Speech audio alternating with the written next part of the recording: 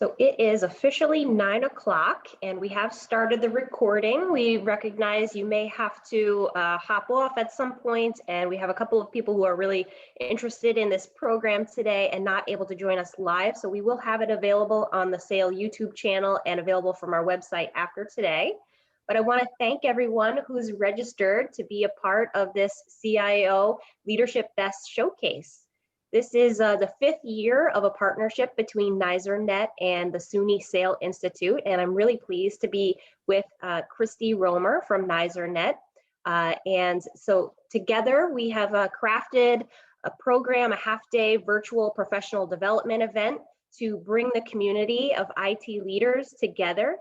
We recognize that this past year, especially in the IT industry, has been very challenging.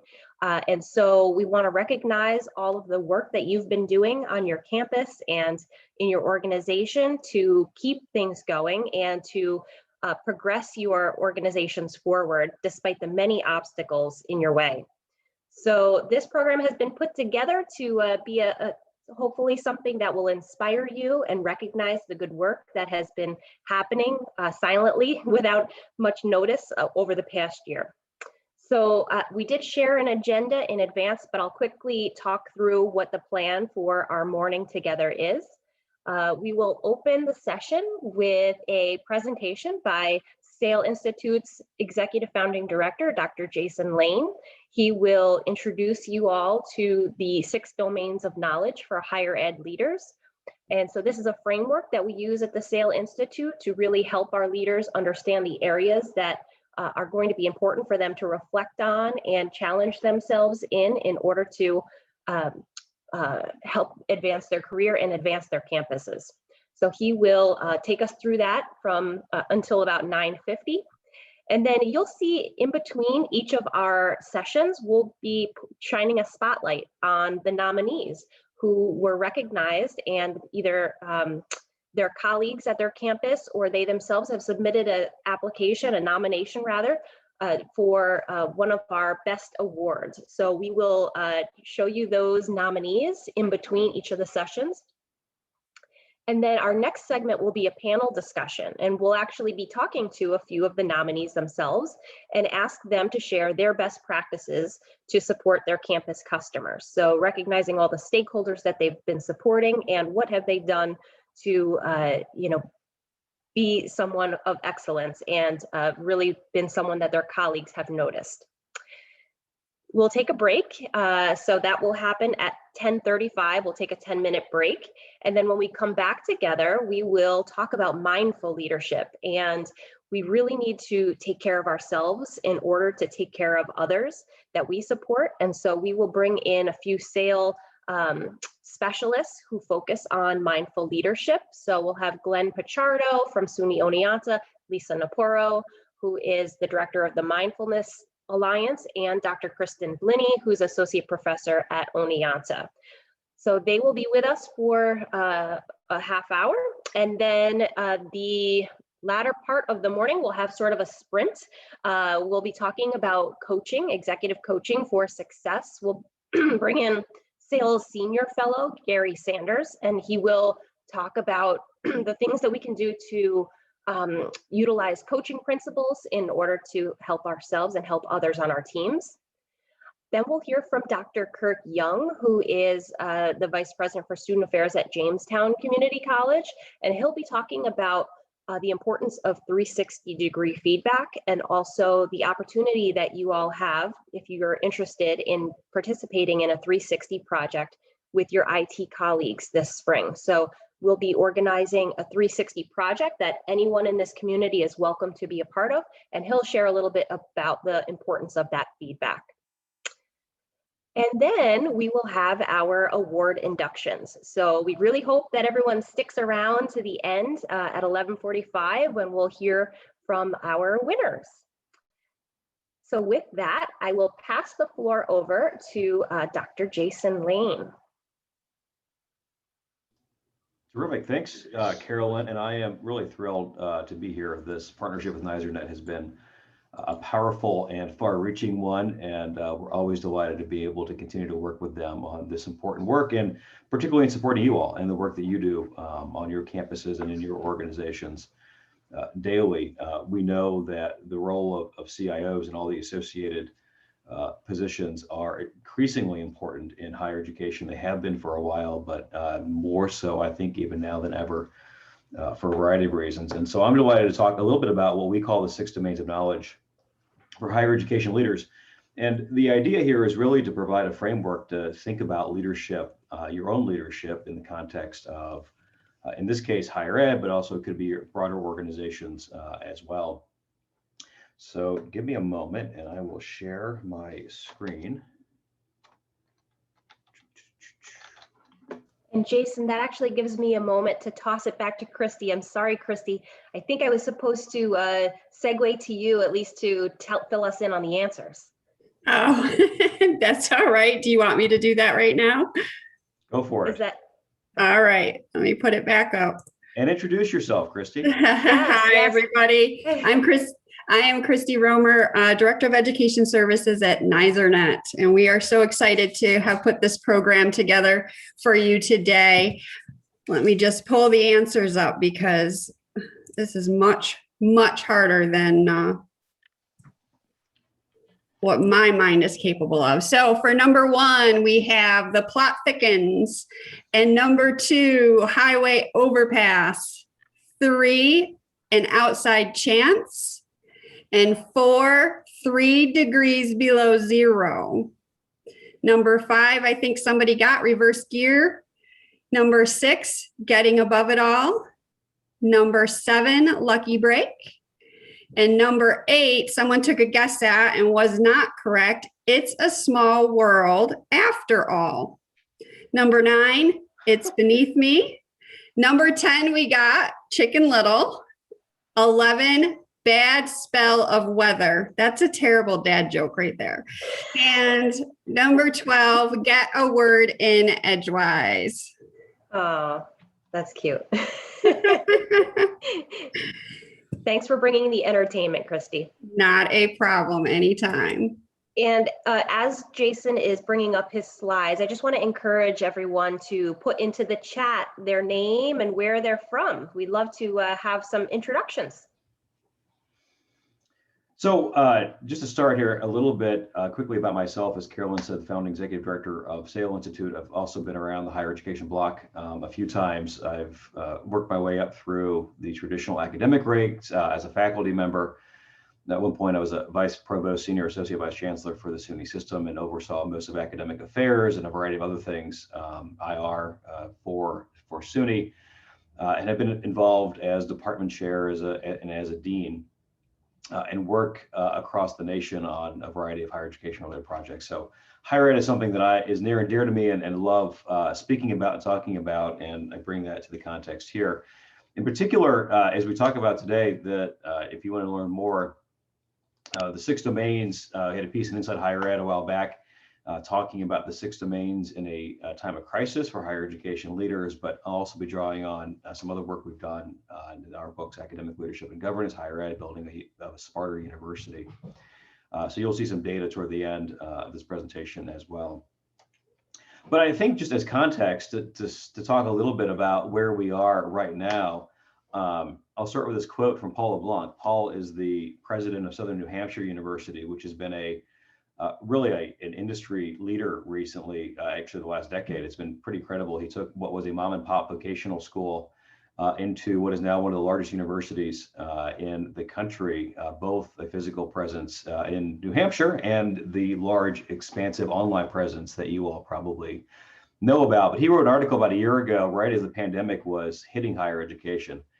And a summary quote from that said, it's just really, really bad for higher ed, right? Most colleges are already reeling from steep demographic declines, lower state funding for public institutions, high tuition discount rates, and this less net student revenue for private institutions, and students and families questioning the value of their investment while they are less willing to borrow in the ways they have before. The virus could not have come at a worse time.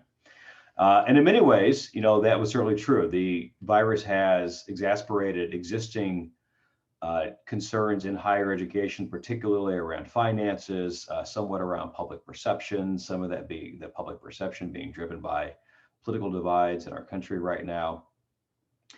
And but we also, I think, responded in really great ways. Certainly the pivot to online learning, as I'm sure many of you became familiar with, was done in record time.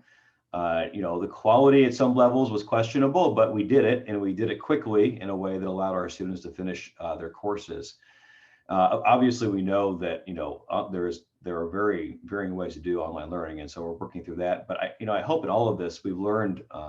I should also mention that the virus exacerbated a lot of the inequities in higher education that we already knew about as well, the digital divide and access to higher ed.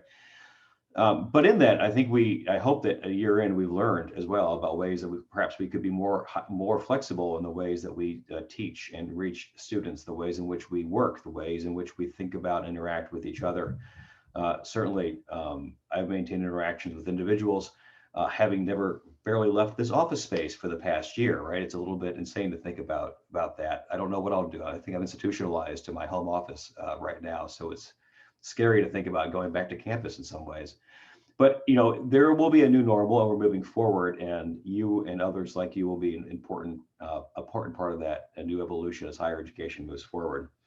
And so to help you think through, maybe to digest this a little bit, we present the 6 domains of knowledge, which is a way to think through different aspects of leadership, particularly in the higher education setting, although you can change this to your particular setting if need be. Starting with, knowing yourself. We're going to talk about this a little bit, but that personal reflection about who you are as a leader and how you think about leadership. What are your skills as a leader, and how do you think about those skills? What are your strengths? What are your weaknesses? What are the opportunities for growth? Knowing your team, right, is critical. Higher education is very team-based. We have teams all over the place, committees, task forces, work groups, your colleagues within your particular office. How do you might manage a team, you're going to be a part of a team, right? How do you think about that team, those various teams that you're in? Obviously, for those of us in higher education, students are front and center. And so how do we think about our students? Who are our students? How do we serve them? How have they changed over the last 12 months? Knowing your institution is incredibly important. All of our institutions are different. There's similarities, but there's critical differences also in terms of our goals, aspirations, the types of degrees we offer, how we serve them, where we've been in the remote space already or not, for example. And of course, knowing your contacts and understanding all the variety of situations that are around you that are going to impact you as a leader. For those of you who are perhaps in a hierarchical thinking, this might be a better way to think about it. But as I move forward, I'm going to start at the level of what we might call personal mastery. We'll talk more about skills and team, or skills, which will be interpersonal mastery, and then it's thinking about team mastery, interacting with others, and then at the top of that is system mastery. And this is not SUNY system mastery. This is more systems level thinking, where you're thinking about the whole and the sum of its parts and how it all fits together for you as a leader. So just to start, domain 1, right? Knowing yourself. And for all leaders, for all individuals, frankly, this is one of the most important aspects. It's also sometimes the hardest for us to think about if you are into Maslow's hierarchy of needs, right? The top of the pyramid is self-actualization, which is self-awareness and understanding where you are. But it's important for leaders to be aware of where they are, what they're thinking, what they're doing. And so taking time to know yourself really is foundational to any leadership role. And if we could, for a moment, and use the chat box, and I'll work over here, is just what's been your biggest challenge as a leader during COVID? I'm going to just think about that for a moment and maybe put that over in the chat box, and we can see responses. Communication, absolutely. That's a great one. I think certainly as we move to remote work, thinking about the ways that you recreate those interactions you typically would have in the hallway with each other, right? I've had to plan the time to meet with my team that would normally I would just pop into their offices. Team building, meaningful communication, balancing parent responsibilities, absolutely. Feeling separated, lack of face-to-face interaction. Social distancing, right? How do we manage all of that? These are great, and we are humans for the most part innately social beings, right? We want to be around others, and so that can be challenging, not being around our work colleagues. On the other hand, for those of us who might be at home, particularly with young children, we are more engaged with those we may have had a break from before when we go to work. And so I often say I've had to learn new patience and new levels of patience, right, with my children and the family as we are all stuck at home together, navigating this space. Managing remote employees, absolutely. Keeping people motivated. Yes, it's a marathon. I'll talk about that. Creating new playbooks for events that have gone fully virtual. Absolutely, right? All these are great, right? And great reflections on thinking through the challenges that you all have faced as we've moved forward. So other questions you might consider, right, as you reflect, and we're not going to answer these here, but just to say, thinking through as a leader and beyond even the crisis, but the COVID may have brought to bear some of these questions in different ways for your answers to these questions. But what are your strengths as a leader? All right, what are the things that you are particularly good at? And sometimes self-assessments can be helpful at this. And SAIL and various workshops we do, we'll do various types of leadership assessments that provide you feedback on the types of strengths that you have as a leader and what we also call areas of need of improvement. No one's perfect. We all have areas that we need to work on. And so being aware of what those are can be incredibly helpful also. That you can work to strengthen those areas, that you can be aware of them so they're not blindsides and catch you off guard in situations that you're trying to deal with. I like to say when I do these assessments, I always come up and lacking in the HR area and how I interact with others sometimes. And I say one of the greatest things I ever do is hire Carolyn because she's great at that and sort of balanced out the team. I also work at it personally, right? I don't put it all on Carolyn, but sometimes you got to be aware of those weaknesses. But what do you like about leadership, right? If you're in these roles, and what do you not like about leadership, right? There are things that we don't like, and that's perfectly okay. I don't like having hard conversations, right? Those supervisory conversations where I have to let people know they're not doing something right or they did something wrong. Difficult conversations, crucial conversations, we might call them. I'm not a fan of them, but I work hard to make sure that I can do it well, because avoiding them is not what I want to do. You also think about how does leadership fit in your own career development, right? This position you're in right now, is it a stepping stone to something else? Is it what you have aspired to your entire life? Have you thought about where you might want to end up when you are 60, 65, 70 and looking back on your career? Things change, but thinking forward could help you plan now as a leader the things you want to do to move forward in your career. And then I think most importantly, and this came up in the comments quite a bit, are you taking time for yourself? All right. As leaders, we get called on to do lots of things, and we're there to support our teams and others. But one of the most important things we can do is take time for ourselves. And if you need permission, I'm giving you permission now, because sometimes it's hard for us, right, to say, it's okay for me to take time for myself. But particularly in a crisis that is a marathon, I'll get to my slide here. You have to take time for yourself. A year ago, my Lord, we were all working 24/7, right? Around the clock, nonstop, trying to figure out what this meant for us. We kept hoping every 2 weeks we were going to come back to campus, right? The thing was going to end and life would go back to normal. And more than a year in, here we are.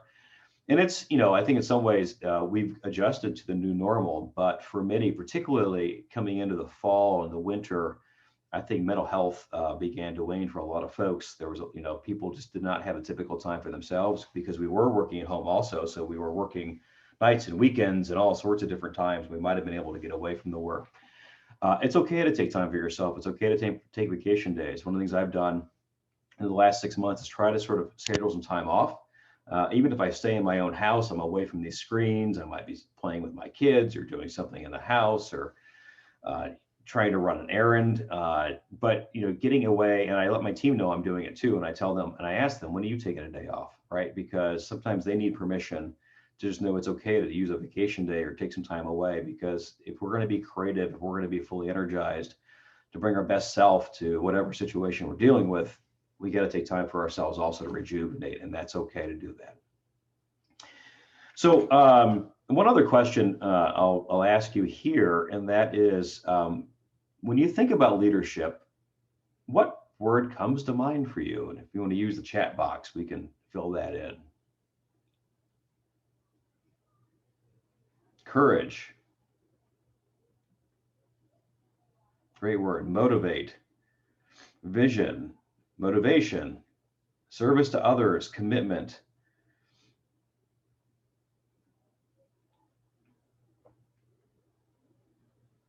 Support, absolutely. Strategy, listening. Charisma, genuine empathy. I like that, Marissa, genuine empathy. Coordinating, fun, example. They're all great words, right? And so when you think about those words, part of your reflection should be, am I representing those words, right? Are those things that I do? Not everyone does them, right? There's examples of great leadership and there's bad leadership that's out there. But if these are the things that inspire you in others, then how are you thinking about yourself, right? In each of these roles, and are you living those words in the way you're thinking about that? So just some thoughts there for to think about. And this slide, of course, is obviously out of sequence. Again, I should have been earlier, but take time for yourself every day. It's not being selfish, it's being healthy. And I think that's incredibly important, whether it's exercise, meditation, reading a book, whatever it is, take some time for yourself. I'm still working on that. Also, I have a challenge with that in days, but it's something we should all strive to do. So moving from knowing yourself is knowing your skills, right? And what are you good at? What are you not great at? There's a quote here from Herman Wells, who was a longtime president of Indiana University. His advice to future presidents was to be born with the physical charm of a Greek athlete, the cunning of Machiavelli, the wisdom of Solomon, the courage of a lion, if at all possible.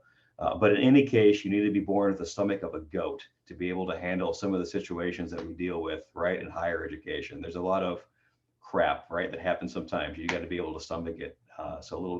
But joking aside, higher ed leaders deal with a lot of different situations, right? And you need a lot of different skill sets. And those might be the things, some of them you've listed already, right? Team building, supervising, decision-making, motivating, relationship management, networkers, conflict adjudicators, being a data scientist. You don't have to be a data expert, but higher ed, you got to know data now, right? We are so much more data informed than we were in the past. And be able to understand data is going to be critically important. Being a budget manager, understanding the flows of money in higher ed is critical, where it comes from, how it's used, what are the rules around it. And for a lot, I think increasingly thinking about resource generation also, what are new ways that we can perhaps generate revenues to support offices and the work that we're doing in higher education, because we have completely been, I think, destabilized on the financial front, and it will be that way for a while to come. So you got to thinking about all of those things. So another question, I don't have it on a slide, but I do want to think, when you think about an outstanding team, or a team that, or a skill that you have, what is a skill that you think is critical that you need that you might need to work in right now? So we reflect a little bit. What's an area, a skill set that you might be an area of improvement for you? And you don't need to put it in the text box if you don't need to. I just want you to think about it. If you want to put it in the text box, that's fine, but I won't have to call you out. But think about a skill set that's an area of improvement. And then think about how you might address that, right? How do I move forward in being better at that skill? How do I think about what's some professional development I could do? Maybe that's part of the event this morning for you. But in your skills, right, there are things we're good at. There's things we need areas of improvement. So be thinking about things you want to grow and skills you might want to pick up, and how do you do that is important. So knowing your team is the third domain. And this is a really, really important one for higher education. I mentioned earlier, right? Teams are all around us, and we do committee work all the time, right? Work groups, task forces. You might be part of a team that report to somebody. You might have a team that reports to you. You might have multiple teams, right, that report to you. But how well do you know your team, and how well are you working to cultivate your team? And of course, we saw a lot of team comments earlier already in the chat, which is terrific. And so in a word, what I want you to think about, when you think about an outstanding team you've been a part of, what comes to mind? What's a word that is out there for you? What's the characteristics of a high-performing team or outstanding team that you've been a part of? Trust, excellent. All right. It's a relaxed environment. People are probably get along with each other, right? Open communication, all right? It's okay to disagree, absolutely. Coherence of the team, willingness to learn from one another. Joy, I love that.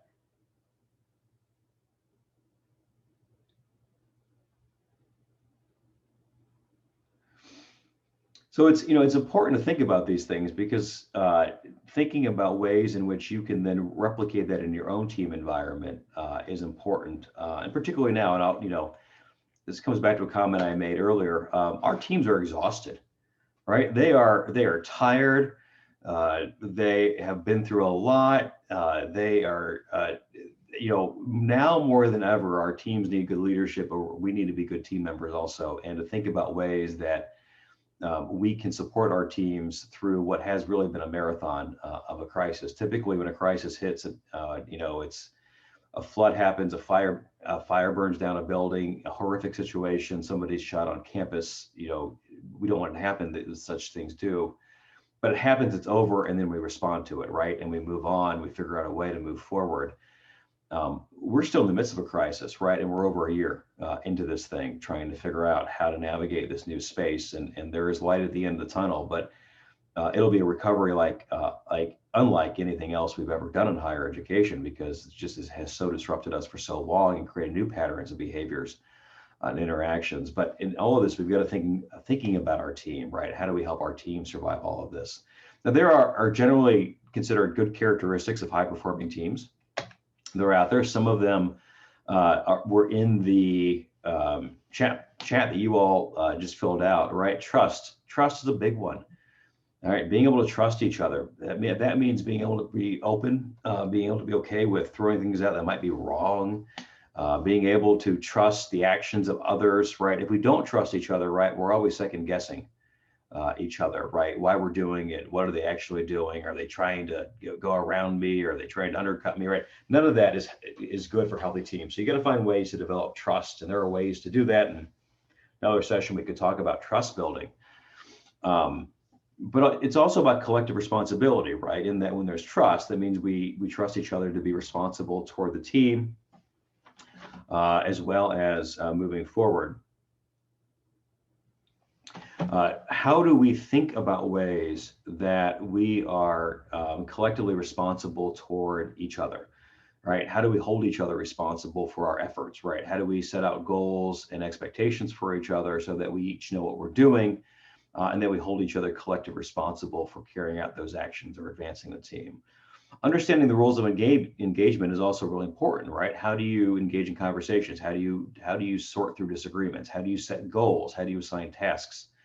What are the rules of engagement for your team? And that's important. When we do a lot of our live sessions, when we bring people together for extended workshops, at the very beginning of the day, before we really get into the meat of the material, we spend a lot of time talking about what are the rules of engagement for that group of individuals, right? We have some that we talk about. Part of that's being open and honest. Part of that's being confidential with each other. But we ask the team to think through collectively what their rules of engagement are. What can they agree on in terms of the team coming together and how they want to operate with each other.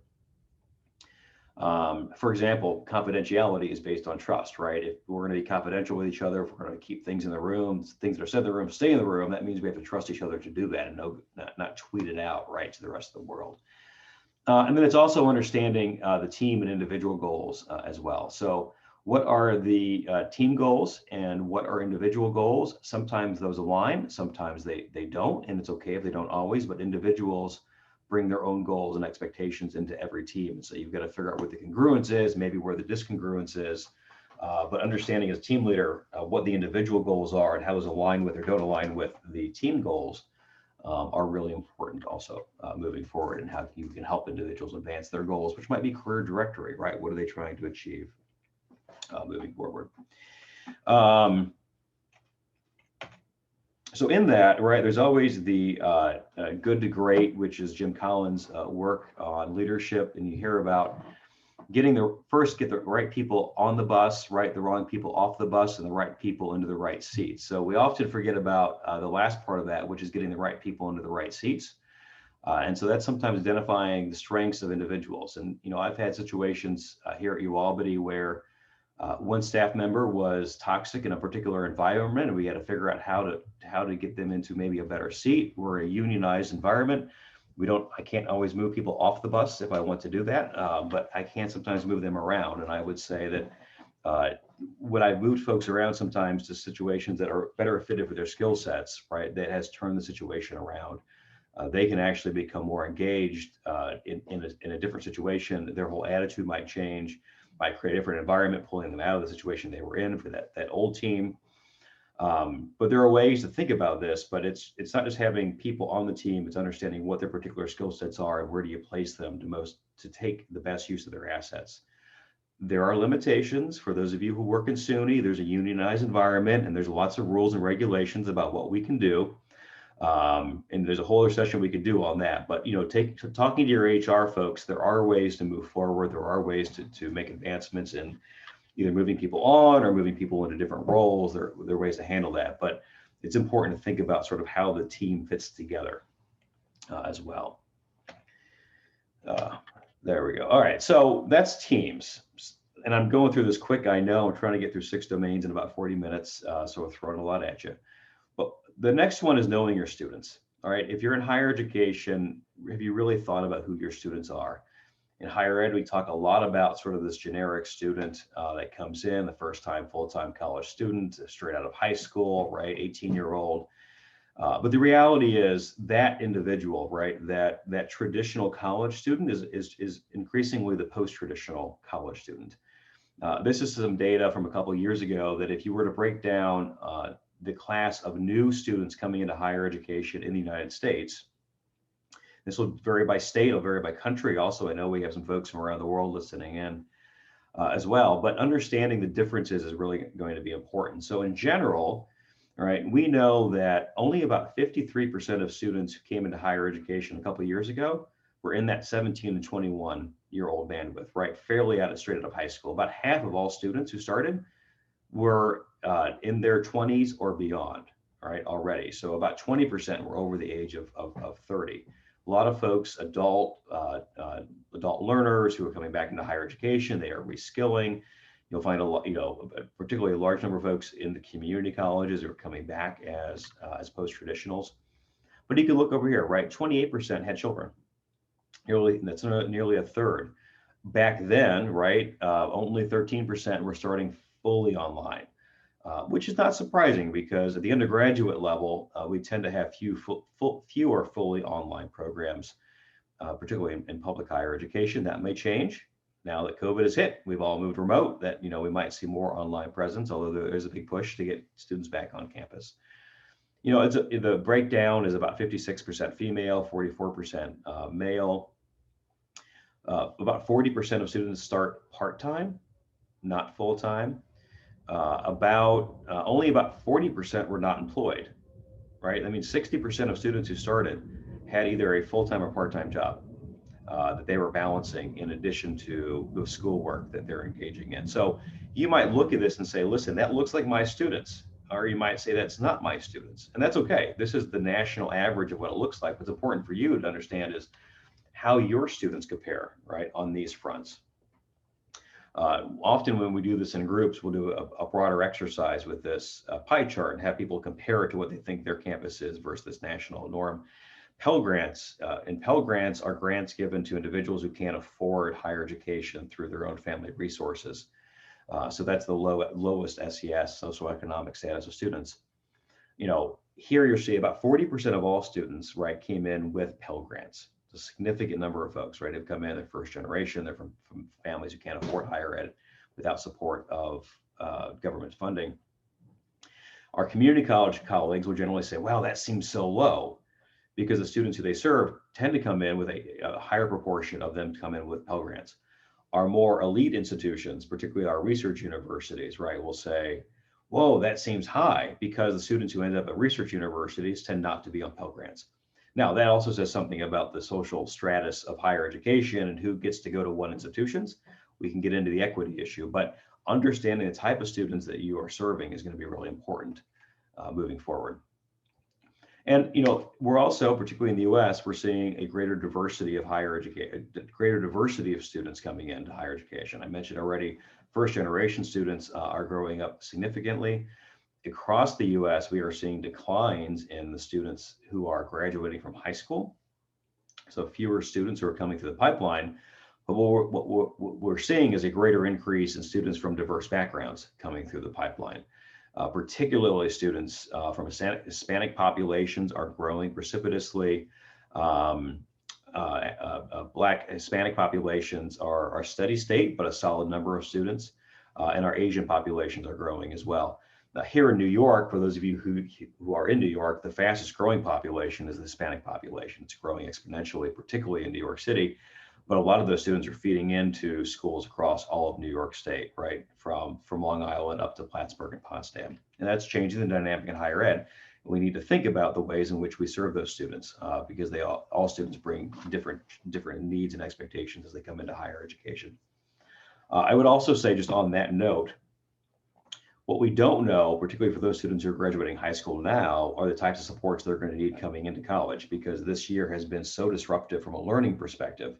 How they learn and what they have learned, traditional notions of college readiness are likely to be disrupted. And so all of higher education is going to have to be prepared for providing differential supports for students, because it's also going to vary by what schools they went to, what districts they're in, what states they're in, what countries they are coming from, how they've responded to the pandemic. And so I think that's going to add another layer of support structures we're going to need in higher education. All right, keep going here. Just quickly, these are sort of some statistics that highlight what I just talked about. I'll keep moving. We will share the slides, though. Carolyn can send those out. You all can see these later on. One of the things that we have seen, particularly from the pandemic, though, is a significant decrease in students who came into higher education this past year. This was particularly true for public two-year institutions, our community colleges. You can see they already was somewhat of a decline in students going into two-year institutions. That is on the far right-hand side. This moves, the blue bar is 2016. The dark blue bar on the left is 2016 numbers, percentage changes annually.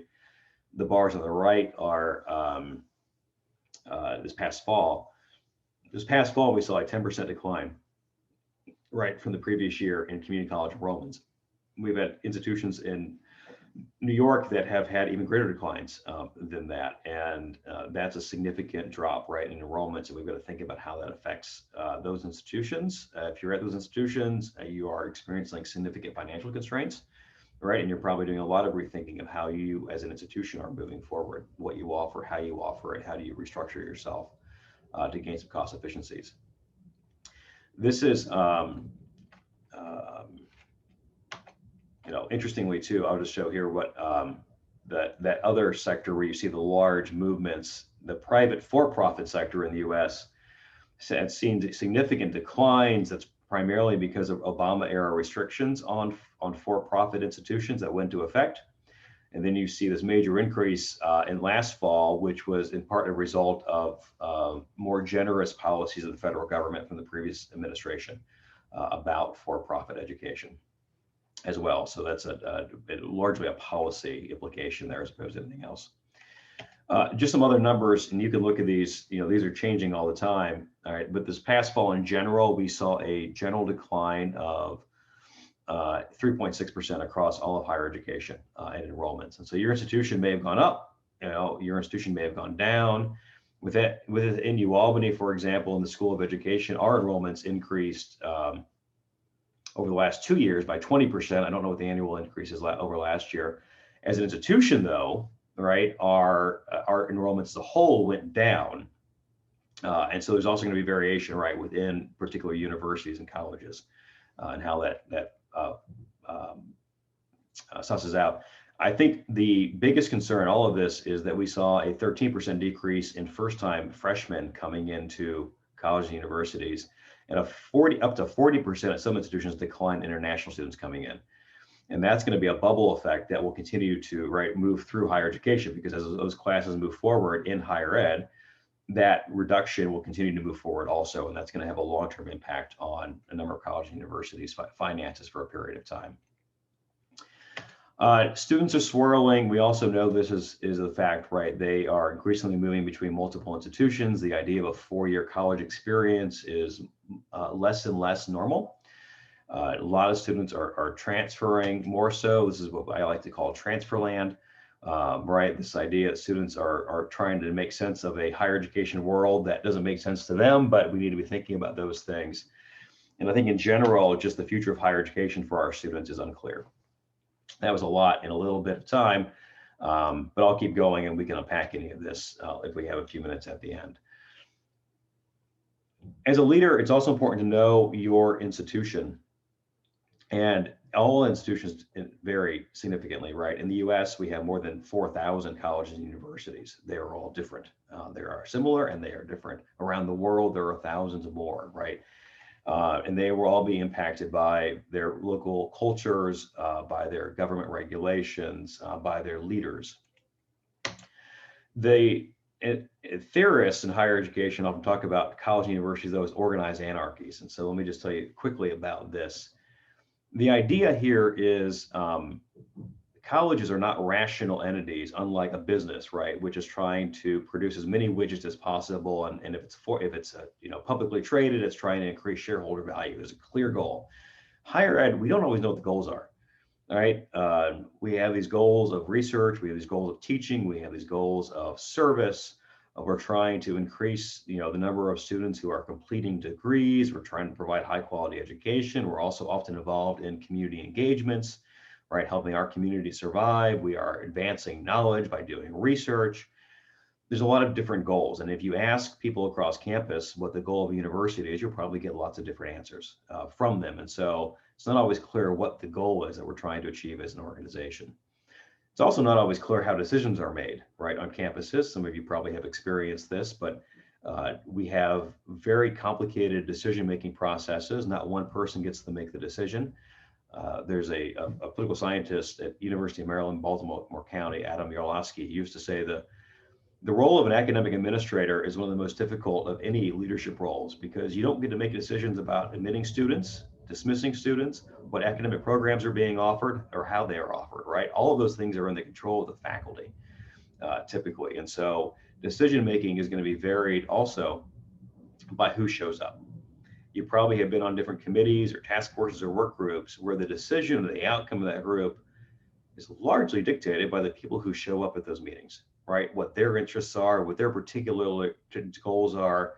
And so the theorists have called this being an organized anarchy, because there's lots of nonsense that happens in higher education. It's not rational from a traditional standpoint. And all of your institutions are probably, if you're feeling this way, you're not alone, right? Our institutions can be irrational because of these things. But I think institutions, that are most successful, and this is what we talk about in our academic leadership book, just to say this, are institutions that are mission driven. Understanding what your mission is as an institution and holding to that mission is going to be critically important. We held a session on leadership in COVID, and one of the things we got out of that was from leaders, those who have responded the most well, right? When they had to make decisions about how to respond to COVID, they did it in line with their mission. What was their mission, right? How do they continue to advance their mission as they move forward? Being responsive to the changing environment around us is really important. I'm going to talk a little bit about that changing environment in a minute. And I think engaging in democratic partnerships is critical. This is a version of shared governance, but the idea is that we are working collaboratively with various stakeholders. That might be internal, right? As we think about shared governance in our senates and the ways in which we move forward there. It also might be how we interact with external stakeholders. It might be community members or others, right? How do we engage them in meaningful partnerships to move forward? And I think there's two particular ways of thinking about this to break it out. Because as you move forward as a leader, what you want to do is advance your what we call systems thinking, right? The ways in which you are engaging with a variety of stakeholders, the way in which you're understanding the organization. And as you move up in your role, you will become more of a system thinker. You need to think more about what the environment is around you, right? Particularly, how your organization fits in the broader environment. And so usually when we start in a leadership role, as a department chair, for example, in the academic side of the house, we might think about what's good for my department, right? How do I protect my department? How do I advocate for my department? But the reality is we need folks who are organizational thinkers, right? Who are thinking not just what's good for my department, but what's good for the university or the college or the organization as a whole. And so part of this is a perspective, right, that we might bring to this, to be thinking differently about the work that we're in. And it's also a way of thinking. You might see it this way, right? Your office, your department is one of many within the broader institution, right? It's like one entity within a neighborhood. So you've got to think more about what's just good for you. You've got to think about what's good for the institution as a whole, and how what you do is contributing to the institution overall and how it moves forward. Now, just to add a little bit of levity to this too, higher ed is a institution that is difficult to understand always. And I would just say here, this is Clark Kerr, former president of the University of California, who said Hutchins, who was the president of the University of Chicago, once described the modern university as a series of separate schools and departments held together by a central heating system. I have sometimes thought of it as a series of individual faculty entrepreneurs held together by a common grievance over parking. Of course, this past year, we haven't had much grievance over parking because there aren't that many cars on campus. But this is part of the difficulty of being a leader in higher ed, though, is that it's more even than just having the offices work together. Sometimes getting the individuals to realize they're part of the broader team. And as faculty, we're often we're trained in this mindset of being individuals. And so we have to overcome that and help people see they're part of a larger whole. But just to help you all move forward and think about this, right? Where should I start as a leader, right? I think anywhere is good, right? Just starting is the important thing to move forward as a system leader to get things going. The more you have a wider network, the more you've engaged with your team, the more that you can build relationships now that can be helpful in the future, right? That's going to be powerful.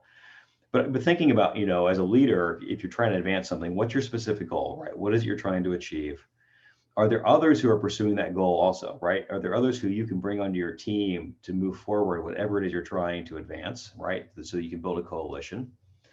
Who has the access to the resources that you need, right? We don't always, unfortunately, have all the resources that we need. So be thinking about where those resources are and who may be able to help you get them. I fully acknowledge that in many of our contexts, resources are limited. We're trying to reduce cuts, not just gain resources. But in any of this, we've got to be thinking about resources and how do we move them forward. What's the path you could take to get there? Is there an indirect path? Is there a direct path that you might be able to get to achieve your goal?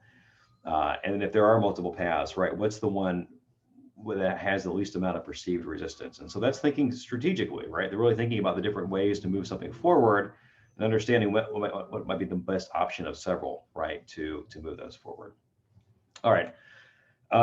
Almost there, domain 6, knowing your context. And this is critical more than ever. And I'm just going to throw a little bit of data at you quickly, and then we'll wrap it up. But one of the things, particularly for those of us in the US, that is important to be aware of is the pipeline of students coming into higher education. That pipeline is shrinking, particularly in the Midwest and the Northeast. There is what was called the demographic cliff that's going to hit us in about 2025, 2026.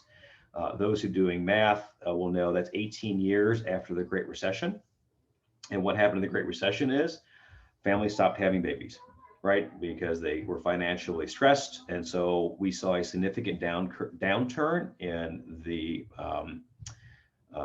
in babies being born, which will hit us in about 2025, 2026, and a significant drop off in the number of students who are graduating from high school. Interestingly, now, if you've seen the headlines, they're saying the same thing is happening in COVID, right? We've now seen another significant decline in the number of babies being born. So, watch out 18 years from now for those of us still in higher education when that demographic cliff hits once again. But this means that, we need to be aware of different, either how do we become more competitive in an increasingly competitive marketplace? How do we reach new populations of students that we've not traditionally served? Those may be more diverse students, more non-traditional students, older students, some students with a college education, but haven't completed a degree yet. Here in New York, there's about 6 million New Yorkers who have completed some college, but have not earned a degree, for example. So it's a huge population, but those numbers are true across the United States and probably around the world. Although the U.S. is particularly well situated, I think, in terms of the way we're designed to respond to those more alternative students coming back into higher education. As I mentioned earlier, the demographic changes are also significant in all of this. And so what we have here is the demographic trends over time. That blue bar is white Americans, and what you can see is that blue bar is shrinking. All right, and that's happening across the United States. The green bar is the Hispanic population, is where we're seeing the most significant growth in terms of high school students, as I mentioned earlier, coming through the pipeline. African Americans, Black individuals are of sort of a steady state right there. Compound this also with an increasing view that college is a risky gamble, particularly here in the US. Students, individuals who are more conservative, white to lower middle class individuals are seeing college as something that is skeptical, risky investment.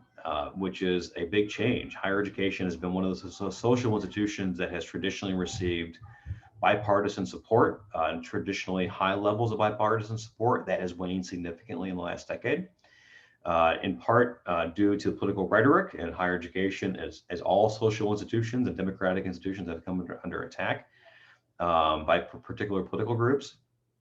But it's also, we've become an easy target because we've not done a very good job of telling our story. And this is where leaders in higher education, I think, need to be more cognizant of the work that we're doing. We've often said, trust us, we do good work, and we've not done a very good job of helping the public understand the good work that we do. And so we need to be better at telling our story and selling our story as well. Let me hit this one, and then I think we'll be done. Part of what also is hitting us, right, is a significant redistribution of wealth. We've heard about the 1% in the United States. What this shows you is that in 1963, right, the average wealth of the 50th percentile family, right, the family right in the middle, was $40,000. So this isn't salary, this is accumulated wealth, right, that a family has. If you move forward to 1983, the average wealth of the middle class, right in the middle, right, jumped from 40,000 to 80,000, doubled. And the 1%ers went from 1.4 million to 3.2 million. You know, that's a decent increase. They're still doing okay. When you jumped 30 years to 2013, the average wealth of the middle class American stayed the same. These are adjusted dollars, but wealth has that increase for the middle class America. For the 1%, you can see wealth increased to the average wealth increased to $7.8 million. That's huge. Higher education across all this time has become much more expensive in the US, right? The amount of discretionary dollars that families have decreased. And so higher education is becoming not just more questionable in some sectors, it's really becoming unaffordable for large numbers of Americans. And in fact, there's a lot of discussion right now that we may continue to see declines in international students because the affordability of US higher education, we're just outpricing ourselves out of the market significantly. And when you think about, if you recall what I said about where we will see growth is in our traditionally underrepresented populations, it's also where we see the least wealth in the US, right? And so when you break out that wealth factor by race, and this data is now about 8 years old, but it hasn't changed precipitously. The average white family had 12 times as much wealth as the average African-American family, and the 10 times as much wealth as the average Hispanic family. So there's a perfect storm here of events where you're seeing increases in students from underrepresented populations. Those are the same populations that don't have the resources traditionally to spend on higher education, right, to move into, which is an issue we have to address from access. And of course, we never know what the world's going to bring. 2 years ago, I was talking about how free tuition was turning us upside down, and then COVID hit, and then Black Lives Matter hit. Obviously now, a lot of concerns around issues of racism toward the API community. We will continually to be hit with new situations, but you've got to be aware of all of that moving forward. So Carolyn, am I right on time or just at time? A moment over time? Slightly over, but that's okay. You've, you always do such a great job, enlightening us and sharing the broader trends that are important for the leaders to know. So thank you so much. Thank you all. And let me just say this. I know I'm always the harbinger, I feel like the harbinger of bad news. But to say thank you all for taking the time, because what we need is great leaders like you to help drive higher education forward. We need folks who are committed to the enterprise, who are dedicated to the success of our students and to our communities. And so just the fact that you're here means, your commitment speaks volumes to the future of higher education. So thank you for that. Yes. Thank you so much, Jason. All right. Be well and stay healthy and stay positive. All right, at this point in the program, I would like to welcome our panelists for the discussion about supporting remote teams. And I did see some of the comments in the chat earlier about the challenges you face leading remote teams in this challenging environment. So we're really looking forward to bringing into the conversation what our nominees for these Best Awards have done to be successful. So I'm going to introduce them alphabetically. Actually, I'm going to ask them to introduce themselves. So the first question for our panelists is to please introduce yourself, tell us a little bit about your role and how you have remained resilient despite the challenges you faced professionally or personally over the past year. And so I'd like to first welcome the fantastic Maria Garrity. She is an alum from our CIO Leadership Academy. So thank you, Maria, for being with us today. Thank you so much, Carolyn. It's a pleasure being here. Okay, as Carolyn said, my name is Maria Garrity. I have a Master's of Science degree in Educational Technology, and my title is Senior Programmer Analyst in the IT Department at SUNY Buffalo State. Additionally to that title, I am an adjunct professor in the Computer Information Technology Department. But my roles, I have to say, encompass more than just my titles. Over the past several months, I became a leader. I hit the ground running and completed one project after the other. Before I get into explaining my resilience, I wanted to just first and foremost thank the SAIL Academy and NYSERNet for being trailblazers in developing the CIO Leadership Academy. Without going through the assessments, having a mentor and communicating with my peers, like Jason Lane, who just spoke moments ago, and others, I would not have been the resilient leader I became today. I graduated in May 2020 as an inspiring leader. And after graduating, I completed several projects over the last several months. How I remain resilient, it's kind of an involved question, but I basically stayed focused and communicated as much as possible with my staff. I stressed to the staff that we are all in this together and we can do this. We're not doing things separately. We're all in this together. And there's something about being in a challenging position, right? We all want to make things work and we want to work harder. We want to reach out even more than we normally do. And we want to be helpful and to give you it gives you like a sense of purpose. That's how I felt, to be part of a solution and to be part of history. This is historic during this unprecedented time in the workforce. So that's what I would say would be definitely something that helped me stay resilient during this time. Thank you. Thank you, Maria. And so I would like Michael Hoffman to introduce himself. Welcome, Michael. Thanks, Carolyn, and I appreciate being here. So just a little bit about me. I'm the CIO and Associate Provost at St. Bonaventure University. If you're not familiar with St. Bonaventure, we're a relatively small residential liberal arts institution about 60 miles south of Buffalo. So there are things 60 miles south of Buffalo, not many. We're one of them. So like your institutions, COVID impacted us pretty significantly, and IT found itself in, probably similar to your institutions, a leadership role in helping to address the crisis. It perhaps affected us even more so because we actually lost our leader, our president, Dr. Dennis DePiro, to COVID. He lost his battle with COVID. So it's been a very rocky road for St. Bonaventure. I think we've persevered.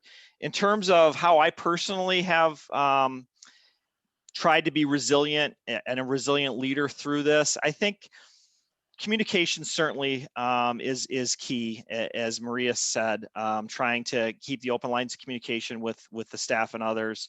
Trying to be just take one day at a time, particularly when it was at its worst. Not really worrying too much about the future, but how can we take one day at a time and continue to make forward progress, and just trying to be decisive and get things done, right? The busier people are, I find that with myself, the busier we are working on the tasks at hand, I think it just helps keep people motivated and all pulling in the same direction. So I hope that's helpful. Look forward to the Great. conversation. It is. It is. Thank you for sharing your story. And so Carolina Kim, could you introduce yourself, please? Hi, thank you so much for having me. So you can call me Carolina. I introduce myself as Carolina Kim de Salamanca. I am the Interim Assistant Director of Educational Technologies at SUNY Empire State College.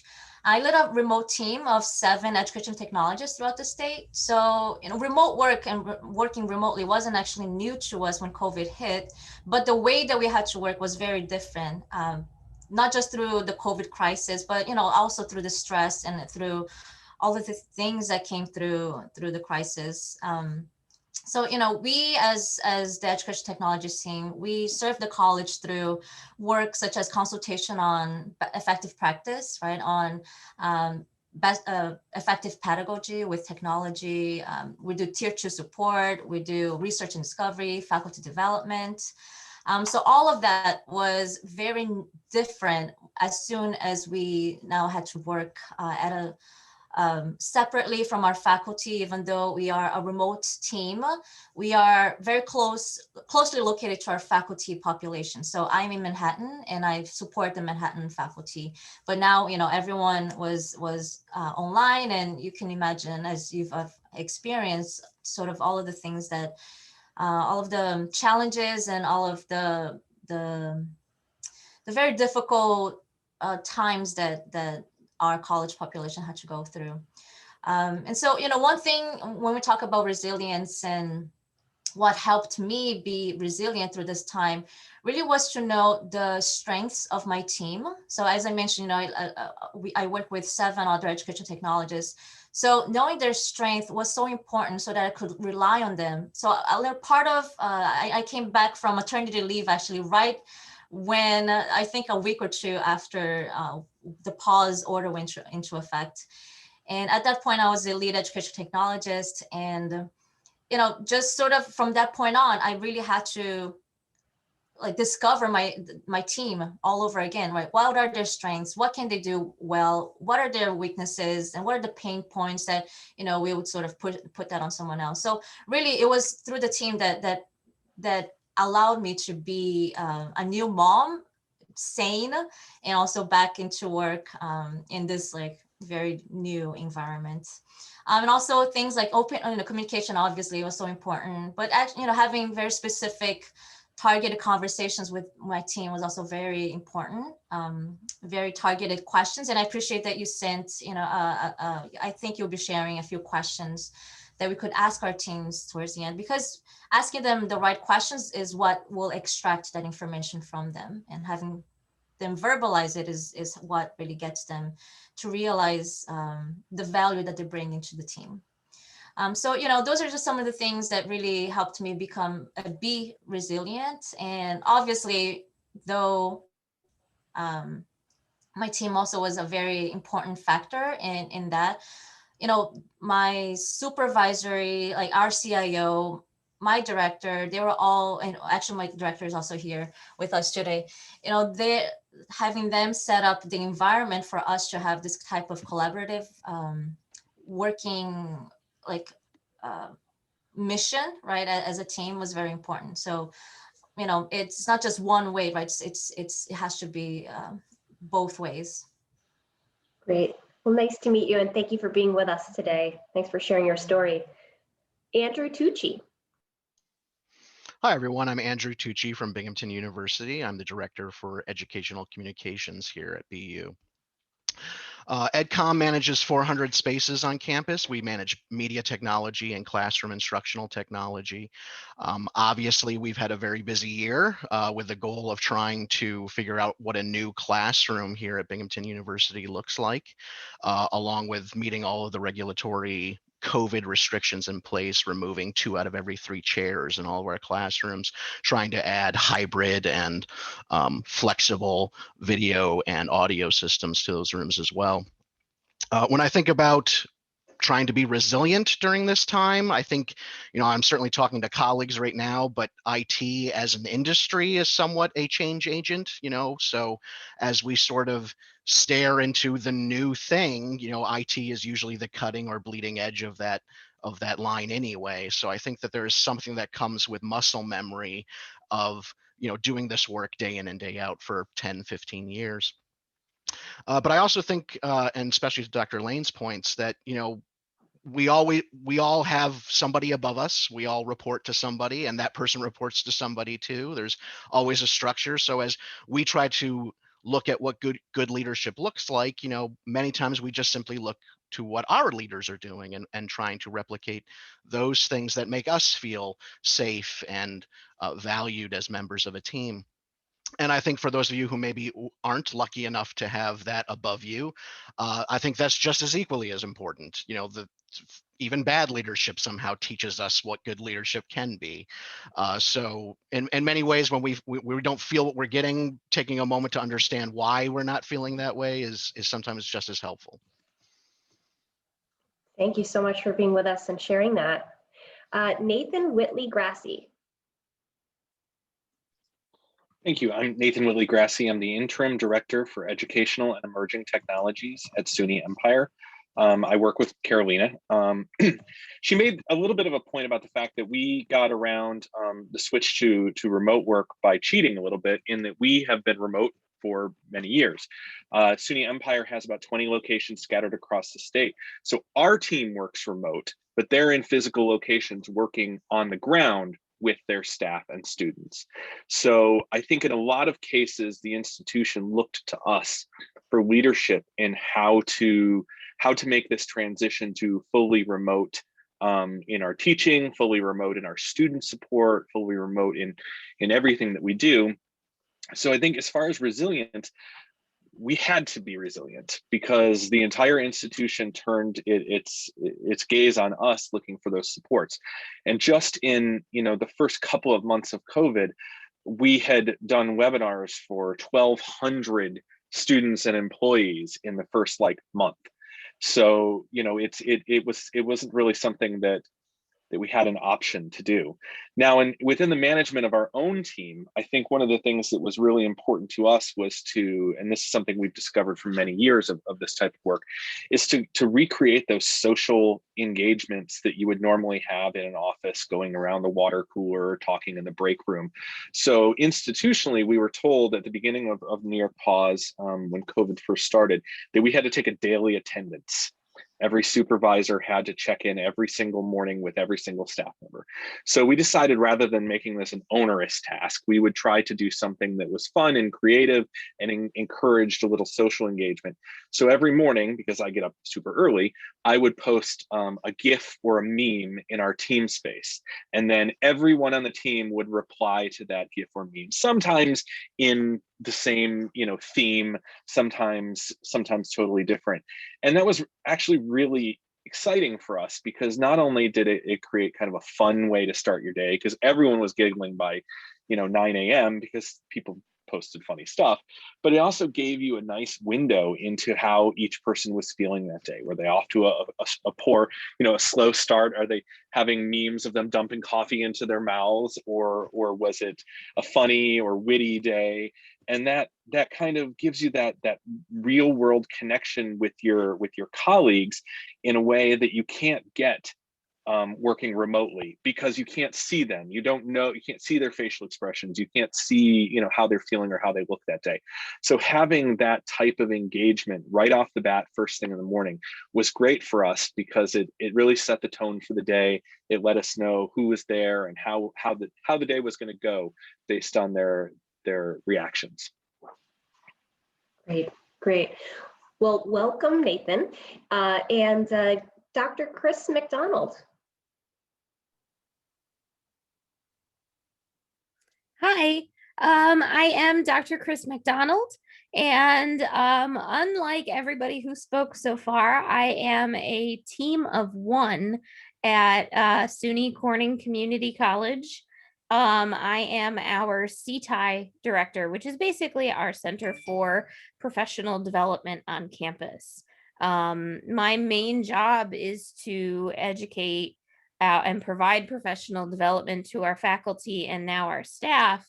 However, my role has grown significantly. I am also the director of online programs, and I'm our campus's EIT officer.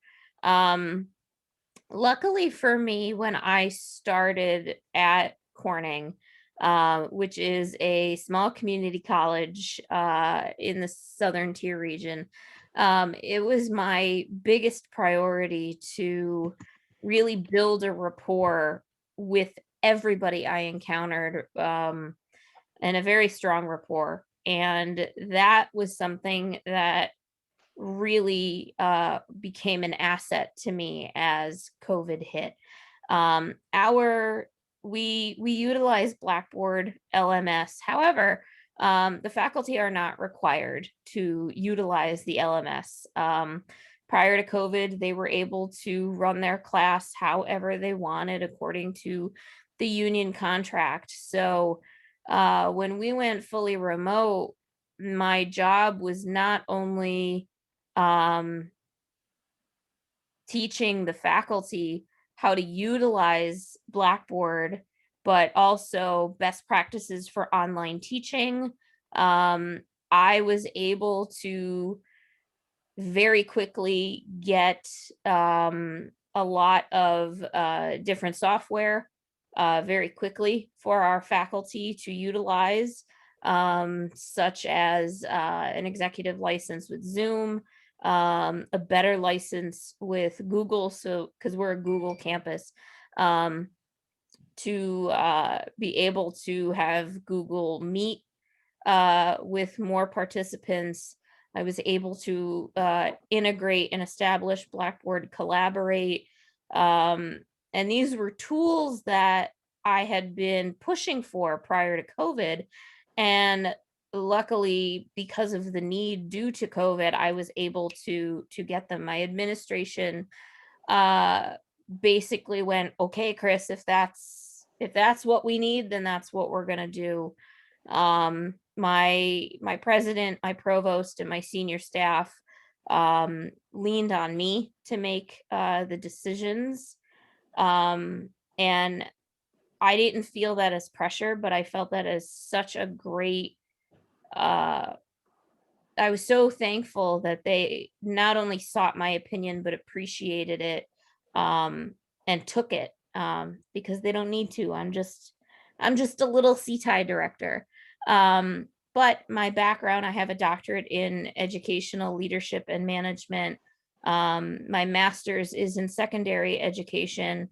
So when it came to technology prior to this, I was the one they would come to anyway. As far as how I did things, I'm someone who is very structured, and I always, even though I like to know how the day-to-day will work out, as I believe Michael had mentioned, that it's kind of a day-to-day thing. I'm also I'm a bigger, I need a plan. So a lot of our faculty are like that. So I actually wrote and created our first 2 of 3 campus operational guides. So for spring of 2020 and for fall of 2020, I actually authored, here's how we're going to run things. Here's what you need to know. Here's what you need to do. Here's all the software that's available. And then in addition to that, I created a internal website using Google Sites where I recorded and captioned approximately 35 instructional videos so that faculty can go back at their leisure when they're available to get that training that they needed in different areas. As far as staying resilient, honestly, COVID was, I hate to say this because currently my father is in the ICU battling COVID. And I'm sorry for the loss of the president at St. Bonaventure. But COVID actually was kind of a time to shine for me personally in professionally, because I work very well under pressure. God, this sounds so egotistical. But when there's a problem, I'm very much the type of let's mobilize, let's figure it out, let's do what we need to do. And then I think by the time about October came is when I collapsed and went, gee, I need a day off. But staying resilient, not being resilient just wasn't an option. So, working at night, working on the weekends to make sure that my faculty, my staff, my administration, to make sure everybody had what they needed, there was no other choice. So you just, you put the boots on the ground and you just absolutely do what you need to do to make it work. And luckily for me, we've driven this momentum now where our faculty actually want to continue using our LMS once COVID is quote unquote over. And, now we're beginning to finally explore, offering online courses, online sections. So COVID has been terrible in so many ways. And as I mentioned, even personally, but for our college, it has created a momentum that I'm really trying to capitalize on as we move forward. Well, thank you, Chris, and thank you to the full panel for the lovely introductions. For the next question, I'm going to ask all of our panelists to answer this in the chat, and then we'll move on to another verbal question. So you all get the chance to contribute in the chat. If you could please share it with us. We've all had to shift quickly over the past year, and as leaders within your own departments, what skills do you feel have been necessary to lead in this remote environment? So Jason did a great job of putting up that slide with all the skills leaders should think about as they want to improve their skills. But what skills have you found particularly useful as you've been leading in this remote environment? So I'm going to put that question in the chat and we can read those as they come in. And then I'm going to go back to the top of our panel list here with Maria and ask you if you want to share, how have you motivated your team during COVID? Let's talk about motivation. Okay, hi Carolyn. Okay. Hi. Okay, I motivated my team by having weekly meetings and being that cheerleader. Yet I know I can go overboard and I had to work on that. I had to have an equal balance and to not be too excited about things, but say these, and just show the positive ways of dealing with what we have to deal with. And Right. Trust your instincts. And if you see someone who cannot cope, be understanding to them and accept that they're insincere in telling you that they cannot do a particular task. I had people say, I can't do this, Maria. I normally do this. Can you help me? And I did. And then, either do it yourself as a leader or do it with them or find another way to accomplish that task or goal. Find their backup, reach out to their supervisor. Just be caring and understanding. That's what I feel motivated my team. Great, wonderful answer. And I think your team is very lucky to have you in that cheerleader motivator role. Thank you so much, Carolyn. Michael. So, thanks. A couple of things I think worked well for myself and my team. One, we became big adopters of Slack over the over the crisis. We hadn't really used it as a group before.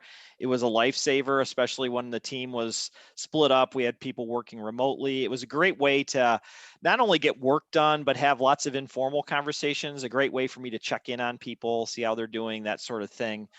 We had channels that were really non-work related that people just vented or shared memes, whatever it was. So lots of informal conversations that way. I did take a couple of different days and we did team building activities through Zoom. We brought speakers in and did stuff that had nothing to do with the pandemic or anything that we were doing. So it was just a way to decompress and build our skill set and just not think about the crises for that brief period of time. The other thing I tried to do, and I had some success with, is get the upper administration to recognize them, particularly the IT team, because they had such a heavy lift. I had our former president did recognize them by name in a large university town hall. I got them all jackets. So just some things to try to get them some recognition for the hard work that they did. And then I do little things like I send them a handwritten birthday card just to remind them, hey, you're having a hell of a year, keep it up, thanks so much, what couldn't do without you, that kind of stuff. Just little stuff I think it adds up, and I think it helps a lot. So The little stuff is the big stuff, Michael. That's important. Carolina. Yeah, I'll piggyback on what Michael just said. I think my whole thing was just motivating the team by valuing their work. I keep emphasizing their strength, how important it is to showcase their strength, not just so that I, take all the credit for how great our team has become, but really to show them how valuable they are and how there's so much room for them to grow, and that they have a purpose in the team. So, keeping them happy is actually very important. And that's, I think, how we motivated our team through that, and just helping them find a purpose in the work that they do daily. It's important. Great. Andrew. Fear, threats of violence, hysterical madness, ranting, humor, I think is a good one to cut through a lot of that. Stability where you can offer it, I think, is important, at a time when we're worried if we're going to be able to buy toilet paper next week, being able to remove some of that worry of work. We're in the process of construction. EdCom is always building. It's what classrooms are we doing next? What systems are we looking at? What new thing do we need to bring onto campus? And so we've always had the benefit of seeing something on the horizon for us and knowing our path to get there. And really good leadership is about managing expectations of our bosses, of our clients, of our customers. And at a time like COVID, where, all of those things on the horizon have been sort of wiped away from us. We don't know where we're going to go. We don't know how we're going to get there. Whatever you can do as a leader to even just say, here's what we're going to do by Friday, I think really has given people a sense of how we're going to get at least to the end of this week, and then we'll worry about next week. Great. Thank you. Nathan. Thank you. So as I mentioned, I'm an interim director. So I came into this role right towards the beginning of the COVID pandemic, just before COVID hit. And one of the things I noticed with my team is I supervise all supervisors. So I have 3 departments under me, and I the direct supervisor for each of those departments. Is prior to taking over this role, they were very siloed. And I found the best way to kind of motivate them was to get them all in one place and get them talking and get them working together and find those points of synergy between each of those groups and how can they collaborate with each other. And then placing, trust in them to kind of do that work, and having them be motivated to take responsibility for their team's work and some of the collaboration, by empowering them to really become leaders in some of these projects. So instead of me running around and playing project manager all the time, I could have them step in and run some projects and run some collaborative work. And we started meeting weekly, which had never been done previously, just myself and my 3 assistant directors. And it's been fantastic. There's been so much collaborative work, so many things that said, hey, you're having a hard time doing this. Why doesn't my team step up and we'll help with that? And then in 3 weeks, when you have a lull, you can come and help my team with this project. And that has been really helpful in this kind of tumultuous time when workloads can't be moderated in any kind of reasonable way. We were able to shift things around because we were communicating and we were collaborating as a team, rather than operating as 3 separate silos that just did their piece of the job. Wow. Wow, that's really innovative and fantastic. Thanks for sharing that story. Chris. Well, everybody else has a team. When as a department of one. So when I say team, to me that refers to everybody on my campus. And for me, it was very important to hold online office hours and just constantly have a Google Meet open, so that anybody could drop in, whether they needed to vent, whether they wanted to brainstorm. My department requires people to be vulnerable. It's very hard to, to be this a professor, to be tenured, to be our campus president, to be our provost, and go, I don't understand, I need help. It's for anybody, that's a vulnerable spot to be in. And I try and make that as comfortable as possible. So for me, constant reassurance, really cheerleading, to my faculty, to my administration, and to my staff, working with different departments of how do we do an open house and brainstorming issues. I had my provost start doing just kind of faculty full-time and adjunct check-ins where they could be totally candid with our provost of what problems they were having. And I would make sure I was on the calls in case anything, they were things that I could troubleshoot. I was answering emails constantly and as fast as possible, always with that reassurance that you don't have to be perfect immediately, that as you're learning to teach in this online environment, as you're learning to be an administrator in this online environment, you're going to mess up. You're going to accidentally log out of a Zoom call when you just meant to close the chat. You're going to, accidentally do things and push buttons, but you're not going to break anything. Everything is fixable and it's okay. Just let me know what you need. And a lot of the times I would have faculty email me and they're like, I don't even know what I need. And I'm like, all right, let's hop on a call and let's just talk it through. So and eventually other faculty started to be able to do that for each other. But yeah, that was something that I've always valued, but was really, really important in the last year. And for us, every institution has issues that need to be fixed, and COVID really highlighted a lot of them in a positive way so that, we could strategically think of ways to fix them. Thank you. Thank you. So this question is for those of you on the panel that have roles that are student facing. So what have you done over the past year to help support students in this rapidly changing virtual learning environment? So any takers on that question? So I'll just start by saying one of the things that we did that's perhaps different than what we would normally do is we reached out directly to students to find out what they needed. That may seem obvious, and it probably is, but we developed a pretty simple assessment instrument to send to them and really just ask a couple of very simple questions One of the things St. Bonaventure did was, like many schools, when last fall we were in person, but we did exam week remotely. So we needed to know like what challenges they were going to face. Did they have a computer? Did they have internet? How could we help?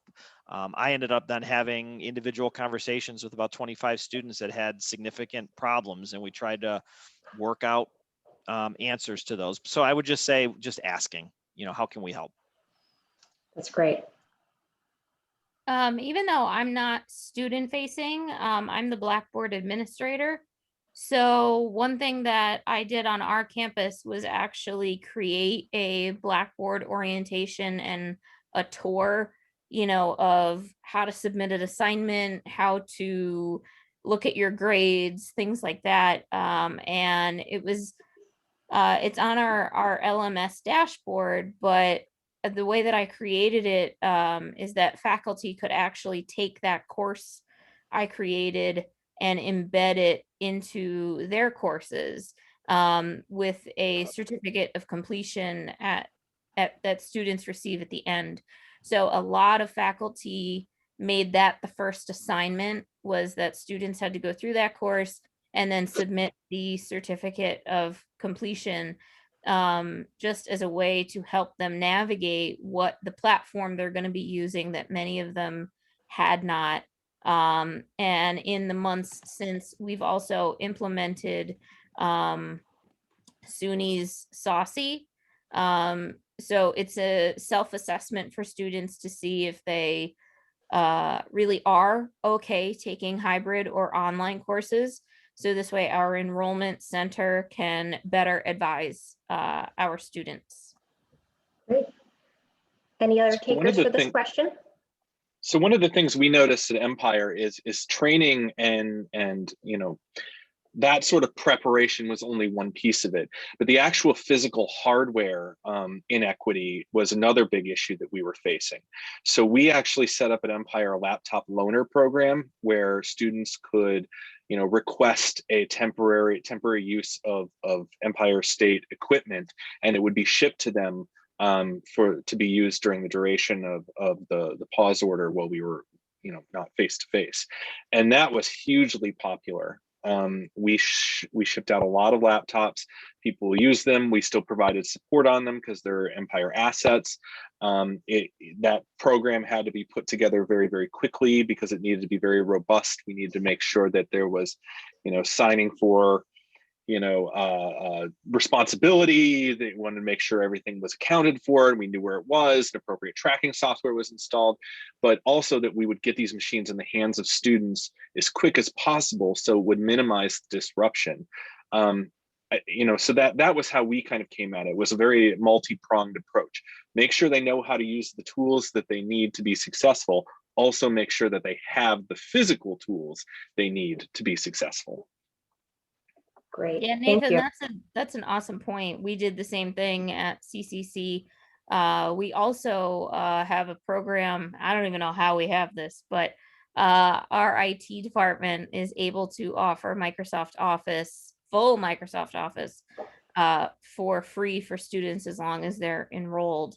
So that, along with the laptop loaner program, you're absolutely right, Nathan. That's a big key. So we are winding down toward the end of the panel discussion.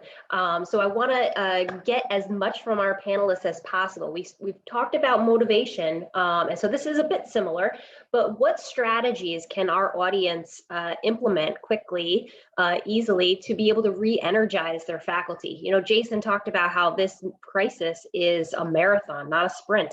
So being able to re-energize our teams is really critical. So I just want you to put in the chat, maybe one or two re-energizing suggestions that you have for our audience today. And then I want to ask the next question. What check-in questions should we ask our teams, faculty, and students to keep them engaged? So what are those check-in questions that you're asking? I see Nathan's hand up.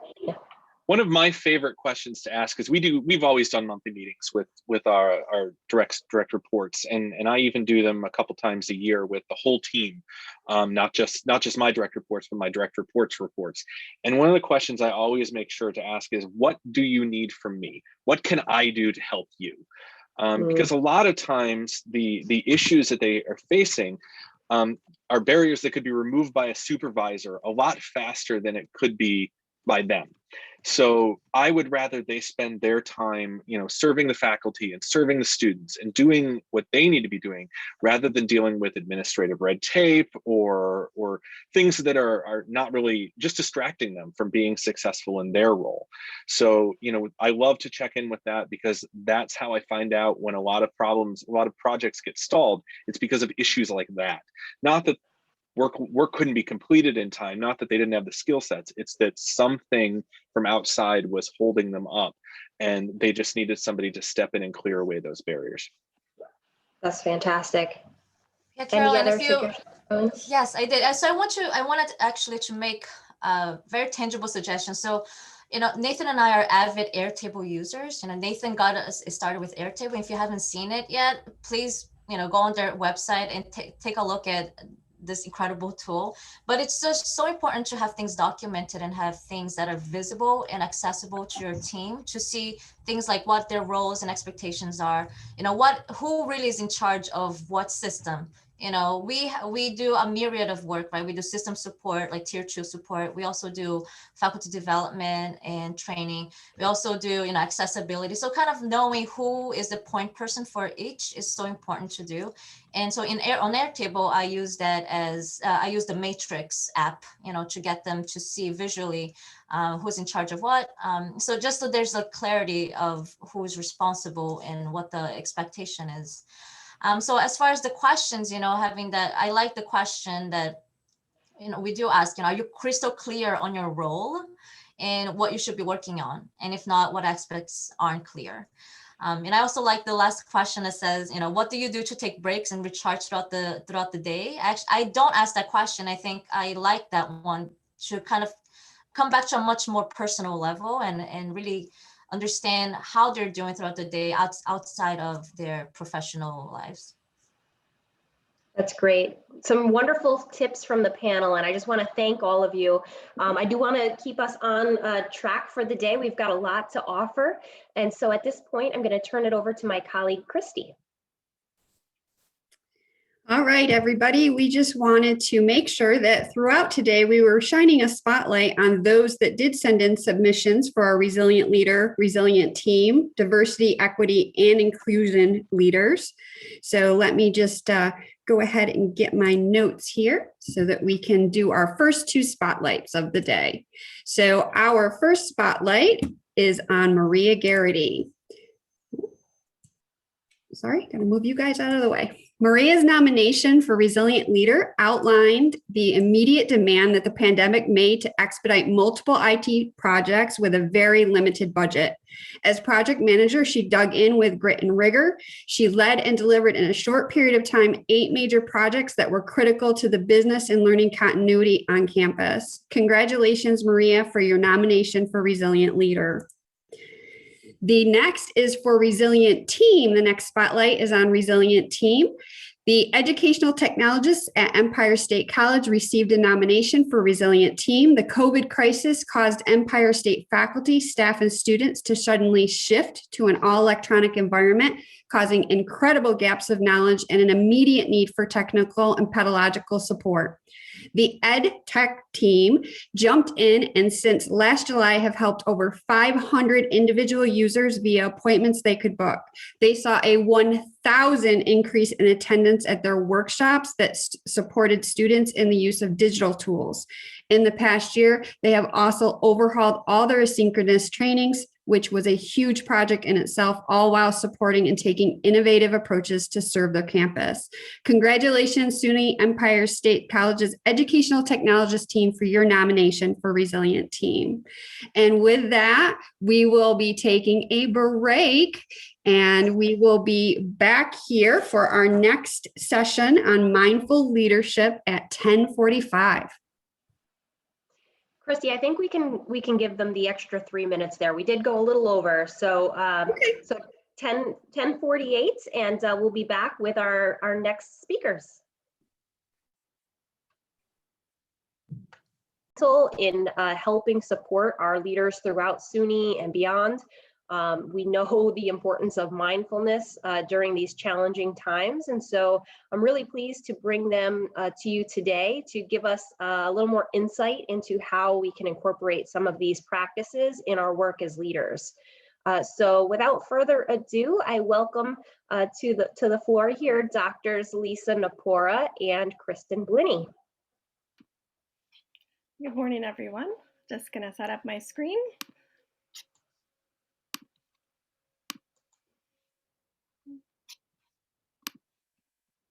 Let's see if I can get myself in presentation mode here. Okay. Good morning, everyone. It's our pleasure to be here. My name is Kristen Blinny. I'm an associate professor of communication studies at SUNY Oneonta. I'm also a certified meditation and yoga teacher. I'm joined here today, as Carolyn already introduced, with Dr. Lisa Napora, who will introduce herself shortly. Before she does so, however, I'd just like to give you a little bit more information about our session.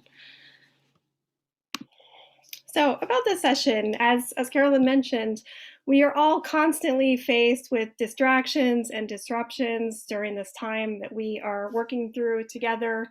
And as part of that, we believe that we could all benefit from enhancing our relaxation, working with stress management so that we can reset, slow down our bodies and minds so that we can focus, feel, and perform better as mindful leaders. So our goal in this session is to introduce some practical approaches to mindfulness and leadership, to explore how these practices can deepen our relaxation and mitigate stress. We want to provide some simple techniques that you can add into your daily routine right away that could benefit your personal and professional lives. Our hope is that these techniques will leave you feeling renewed and prepared to tackle higher education's challenges. So I'd now like to pass the floor to Dr. Napora, who will introduce us to the concept of mindful leadership. Thanks, Kristen. Hi, everybody. Happy to be here with you. So I'm a former professor of leadership and co-founder and director of a nonprofit called the Mindfulness Alliance. And I also serve as an instructor for SUNY Sale in the Mindful Leadership Certificate Program. So to get into mindful leadership, let's first just talk a little bit about mindfulness and get on the same page together. So this definition that I'm sharing here with you brought to us by John Kabat-Zinn, who's considered to be the originator of the term mindfulness, a state of non-judgmental present moment awareness. So we're cultivating this state of mind that's present and non-judgmental. But this is also a way of being in the world, that we're becoming more aware and engaged in every moment. Now, Kabat-Zinn also tells us that we can simply think about mindfulness as a synonym for awareness. And we use that word awareness a lot. We say, I'm aware or self-aware. But how often do we really think about that? This is our basic human capacity, that we all have this capacity that we can grow and strengthen. So to be clear about this idea of mindfulness, we're taking an introspective look at the contents of our minds. We're becoming more aware of our thinking. So it's important to note that we're not trying to stop our thinking. We're not trying to control anything. We're simply recognizing what we find there. We're acknowledging what's there. And there's an inner orientation with this, that we're being accepting of what we find there. And that sort of links back to that idea in the definition of non-judgment.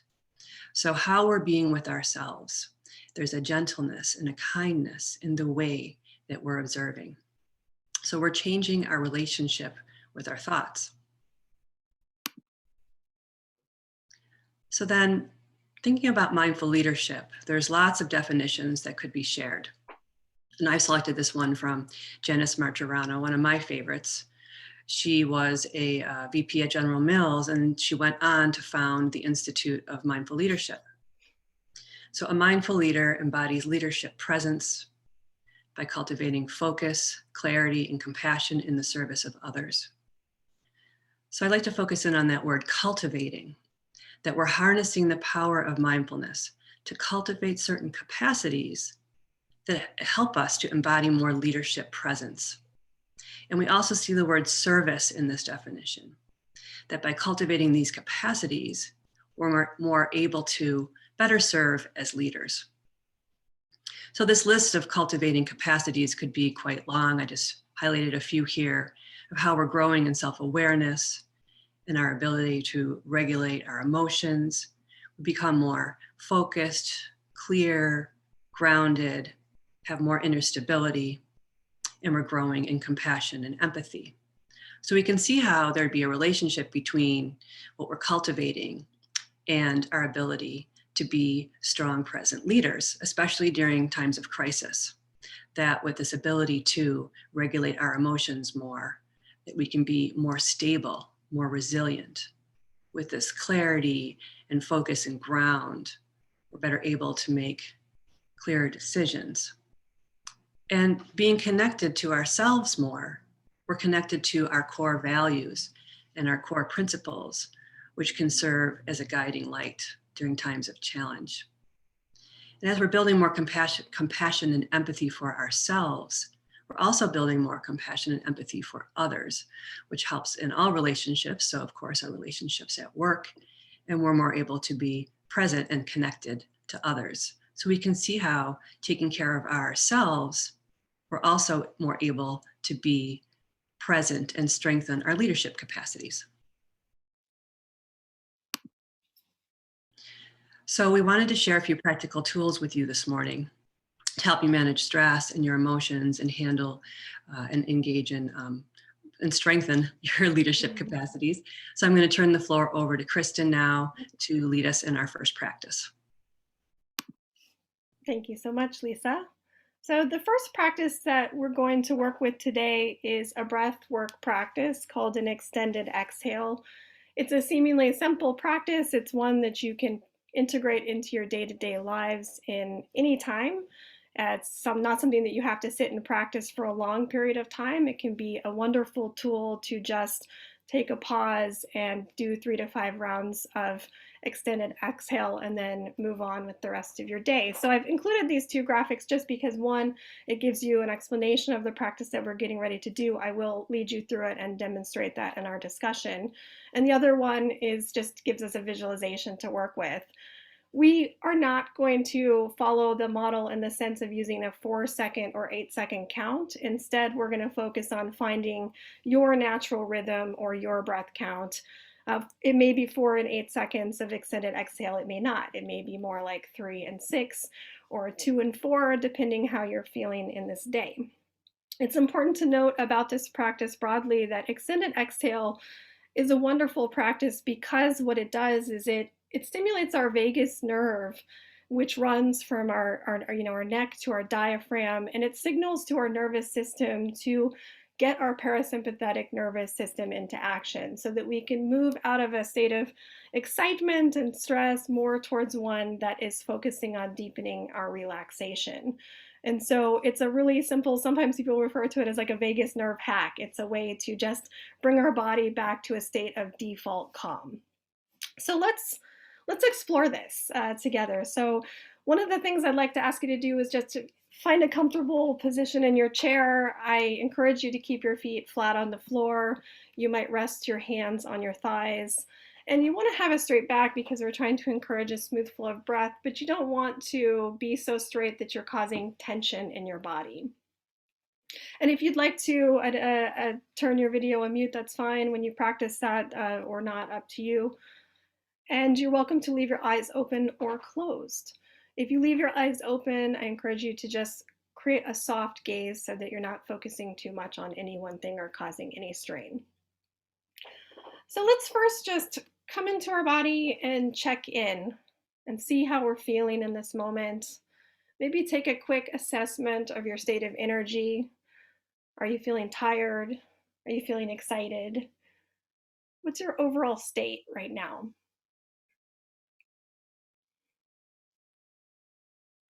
Once you feel like you've explored that, I'd like you to just take your attention and move it towards your breath, just noticing and observing. You don't need to change anything. Just notice how you're breathing in this moment. Is it choppy? Is it smooth? Is it shallow? Is it deep? Where's your breath moving in your body as you inhale and exhale? Is it going down to your abdomen? Is it staying more focused in your chest or throat? You might even notice the sensation that you feel as the air enters and exits, as you inhale and exhale. Again, we're just noticing, bringing ourselves into presence.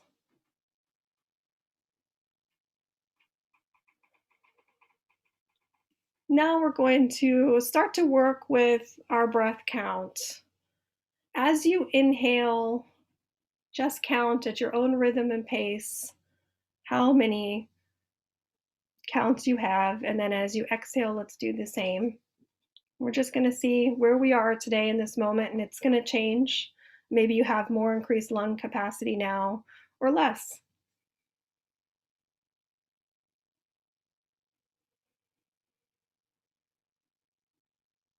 I've noticed as I am checking in with my own breath count that 3 feels comfortable to me as I inhale, 1, 2, 3, and as I exhale, I'm comfortable at about 5 or 6 on my exhale. We're trying to extend our exhale beyond our inhalation. But we don't want to gas out or feel like we're gasping for air at the top or bottom of our inhalation or exhalation.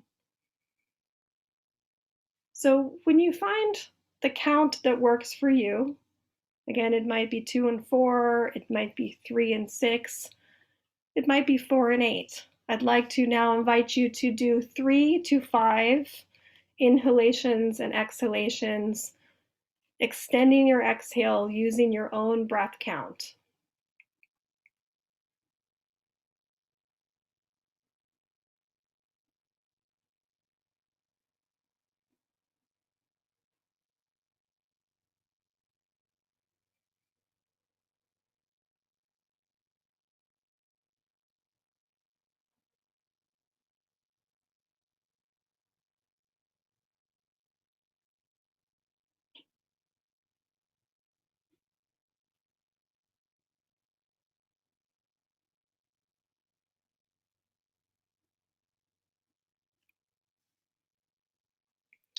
And when you have completed your 3 to 5 rounds of inhalation and exhalation at your own breath count, extending your exhale, just take a moment to pause and notice how you're feeling.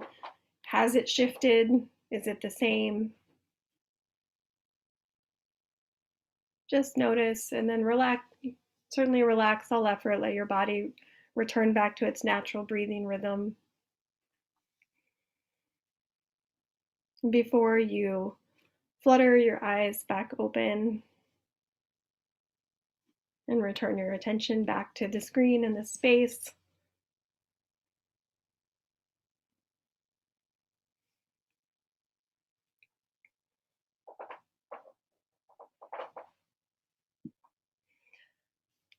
And as you enter back into the space, I'd just like to invite you to maybe add to the chat, or if you'd like to raise your hand or discuss some aspect of this experience that you had. Was it difficult to find your breath rhythm? Did you notice any shift in your state of energy before and after you just did this very simple breathing exercise? You're welcome to post in the chat, or if you have a comment you'd like to share with the group, we would certainly welcome it.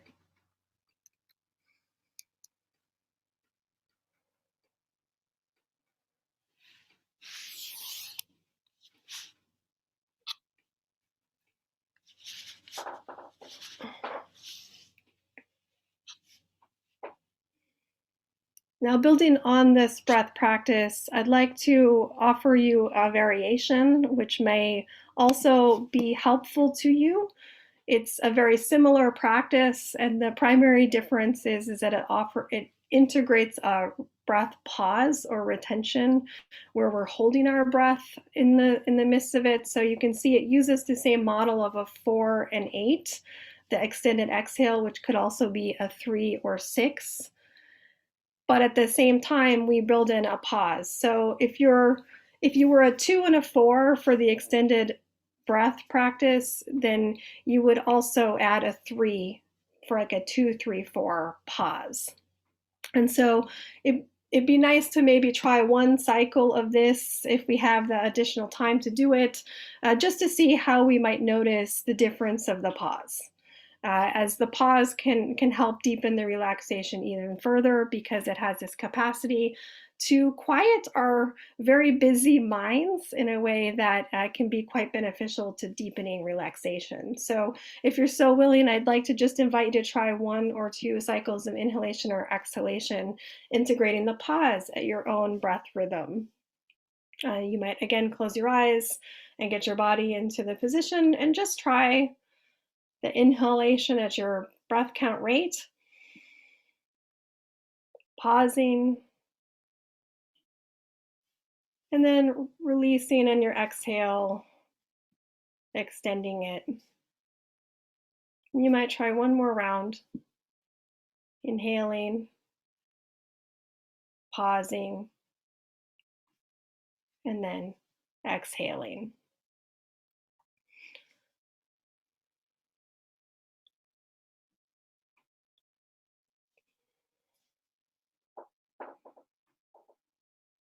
And when you're complete with that, you can return your attention and open your eyes again and just notice if the pause felt different or useful. It's just a variation that you can practice that has received a lot of different research, the 4-7-8 breath, for deepening our relaxation. I'm now going to pass the floor back to Lisa for our next practice. Thanks, Kristen. I'm very relaxed now and shall take a nap. So building on what Kristen was just sharing so beautifully with the pause, we thought we'd share this idea of a practice as a purposeful pause. So that's simply to take a mindful moment during your day, to intentionally stop and notice and come back to yourself and shift out of autopilot. So that supports us, bringing more clarity and presence into the moment. And it supports our ability to choose our response. So what do I mean by that? To choose our response.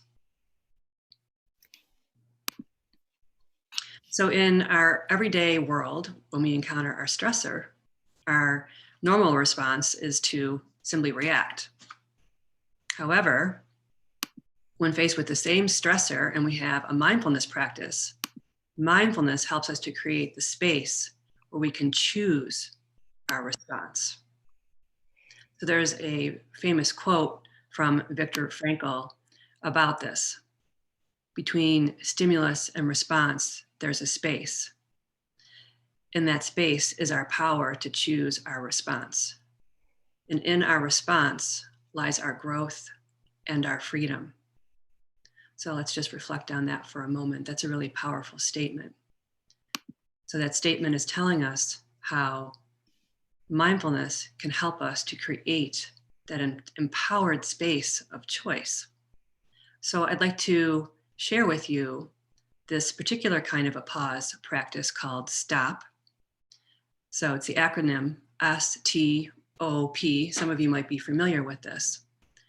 So we simply stop in the moment with whatever we're doing and come back to ourselves. Then we take a deep breath like Kristen was showing us, a long, slow, and deep breath, creating that space with the breath and observing what's happening inside of us, what's happening with our thoughts, what's happening with our feelings, what's arising. And I want to add in here that in this spaciousness of the breath, in this space of observation, is the spaciousness to choose our response. And then from there, proceed with awareness. So this is a really simple practice, but we can see that there's great power that lies in it. So if we move out of the PowerPoint and back together now for a moment, let's just take a moment to reflect on this together, to do a little reflective exercise. So I'm going to invite you to close your eyes if that's comfortable for you, or just cast your gaze downward and get comfortable with taking one of those long, slow, deep breaths. And I find that putting my hand near my heart also helps me with coming into my interior and connecting in with that breath.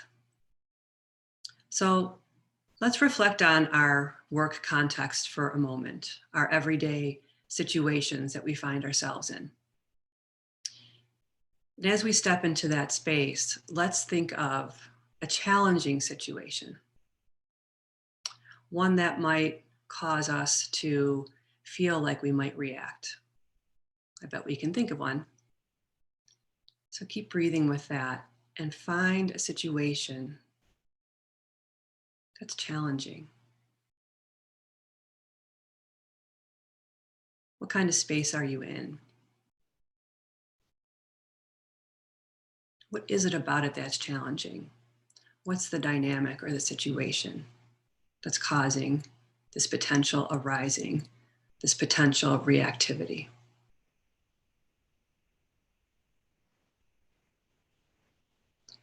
And now that you've found a situation like that,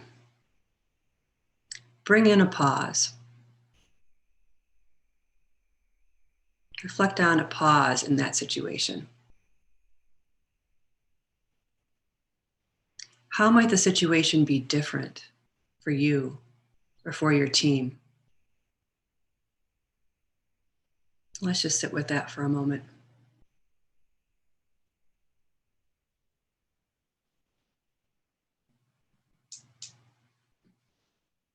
And when you're ready, let's come back into the space. And if we can just take a moment to share what that experience was like. If people would like to share something into the chat, you can be as generic or not as you'd like with the type of situation or type of trigger that might cause the arising. And what was different then in your reflections on using a pause? So if you'd like to share in the chat, or if anyone would like to share out loud, we'd love to hear some feedback from you.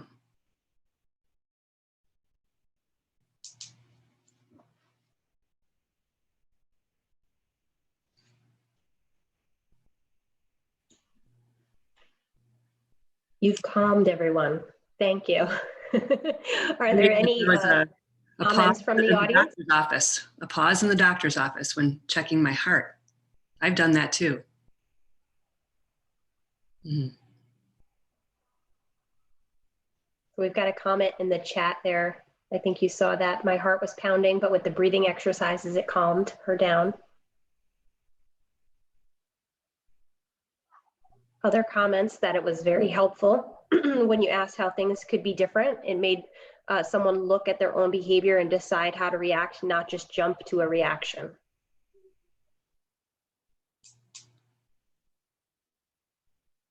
Great.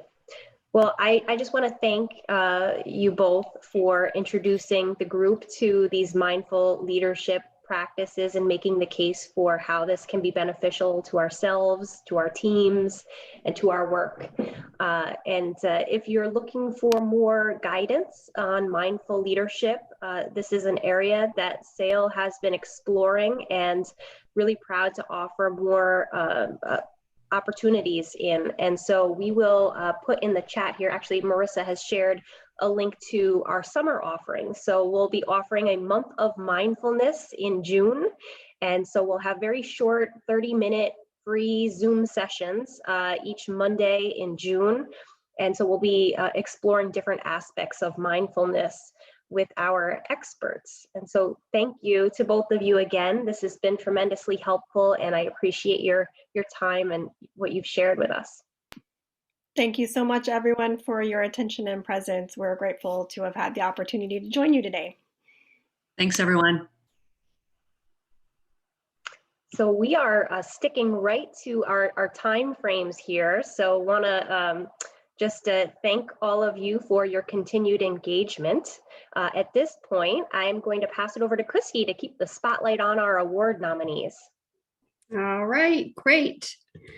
So we have two more to share. Dr. Chris McDonald's nomination is for Resilient Leader. Like many campuses, the pandemic forced the entire Corning Community College remote, forcing Chris to act quickly in order to get faculty trained in Blackboard, as well as many other technologies that they didn't already have. She also had to navigate and secure the licensing for many of those technologies. She was critical in all internal and external campus communication efforts, being both the facilitator and the producer in many instances. She developed a virtual version of their student award ceremony to ensure the graduates still had a celebration of their achievements. Chris has received numerous recognitions for single-handedly converting the entire Corning Community Campus to a remote instruction. Congratulations, Chris, for your nomination for Resilient Leader. The ITS Educational Technology Services team at the University at Albany's primary role is to directly support faculty with effective utilization of teaching and learning technologies. By a factor of 10, when the pandemic hit, they had to help expand the online course delivery volume. Most of their faculty had never taught online, let alone remote online. The ITS EdTech team helped faculty get up to speed with technology capabilities, but also with pedagogical practices that were challenging for fine arts, music, and sciences, where labs and hands-on activities are the norm. The EdTech team found themselves in many different roles in the past year. They were technology tester and implementation subject matter experts, online teaching resources, instructional designers, trainers, consultants, and even proctor of placement exams. So to say they wore a lot of hats is an understatement. Congratulations, University at Albany's ITS Education Technology Services, on your nomination for Resilient Team. Thank you, Christy, and congratulations.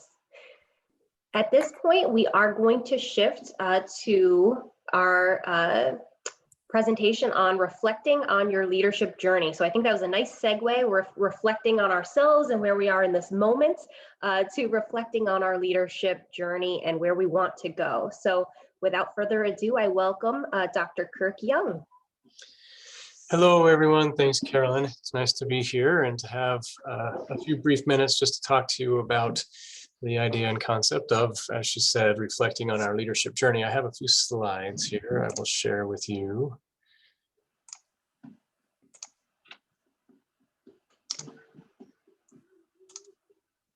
So the gist of this conversation or presentation is, how do we integrate a culture of feedback into assessing our effectiveness as leaders, and as I said, establishing a culture of growth, one of development, one where we're constantly focusing on taking stock of where we're at in our leadership journey and our leadership performance, and identifying ways for us to continue to build and advance our abilities as leaders. So I want to talk to you today about something that we've been involved with in the SAIL Institute, and some things that I've been involved with throughout my career, and that is the process of 360-degree feedback. My graduate research, my dissertation, the subject matter of my dissertation was leadership development and utilizing 360-degree feedback as the primary development tool. I'm certified in 3 different 360 instruments, and in my experience as a consultant and somebody who's gone out and worked with hundreds of organizations or having debriefed hundreds of 360-degree assessments, I have found this in all the work that I have done, a 360 tool I have found to be the most effective tool at leadership development. So let's just talk about what 360-degree feedback is and how that ties in with our development and growth as leaders. So first off, we ask the question of who uses 360-degree feedback. Well, roughly 90% of Fortune 500 firms use some form of 360-degree feedback. This is a feedback process that has been utilized throughout private industry for many, many years, for decades. And it is something that is gradually coming to place in higher education The SUNY system has a wonderful instrument that we use that I'll talk about here in just a minute. So what is 360-degree feedback? Why do we call it that? Most of us are familiar with kind of unilateral or one direction feedback. That is probably the experience that you've had in your career as we go through the performance evaluation process. That usually consists of supervisor to direct report. And that is one angle of feedback that we often receive. And I'm sure if we had time, we could discuss it. All of us have had different experiences when it comes to receiving feedback in that way and also delivering feedback in that way. 360-degree feedback is called 360 or multi-rater feedback because it is designed to solicit or generate feedback in what we call a 360-degree perspective. So the way that a 360 instrument works is a predetermined or developed leadership survey is distributed to, so if an individual selects to participate in a 360, so if I do, then I would identify my supervisor, I would identify a select group of my direct reports. I would also identify some peers at my institution, as well as others that I have interacted with either at my institution or in other areas of my life and career.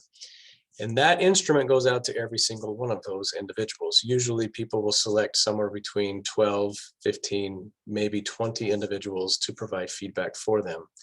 Then the results that you receive that come back are, it's that feedback that comes back from that 360-degree perspective. So again, supervisor, direct report, peers, colleagues, and others. Because it is done in that manner, it is an extremely rich report. So you not only have the perspective of the supervisor on how you may be performing as a leader, but you also get the perspective of others. In that report, we learn a number of things. Not only do we get the objective feedback that comes in, understanding, okay, so-and-so feels that I'm performing on a scale of 1 to 5 at a certain level, but then we also rate ourselves in a 360-degree survey. So the results also demonstrate how my personal ranking of how I am doing in certain specific criteria or specific leadership competencies. And I can compare how I see myself with those different rater groups. That tells us a story. So again, you get just the direct feedback from each of those rater groups. That's one source of feedback. Then you also get the comparison between your personal assessment of yourself and each of those groups. That tells you something. Then you also get to compare how each of those groups, or the differences in the ways that each of those groups might be rating you. That is a third form of feedback that tells another story. Okay, so 90% of Fortune 500 firms use some form of 360-degree feedback. So why do we do it? Why do we use 360 feedback? One is for development, is identifying areas that we can work on, that we can develop, that we can seek to improve in. Other firms use it as a form of appraisal. It's part of their evaluation process. According to the American Management Association, 90% of organizations use it for both of those areas. In higher education, probably 95% of the 360s that I've been a part of are used for development. They're specifically used for that reason. They also use it for succession planning, team effectiveness, bonus assignment, administrative actions, and so on. So what is the difference between development and an appraisal approach versus a development approach? Again, most institutions in higher education use a 360 to provide feedback for developmental purposes.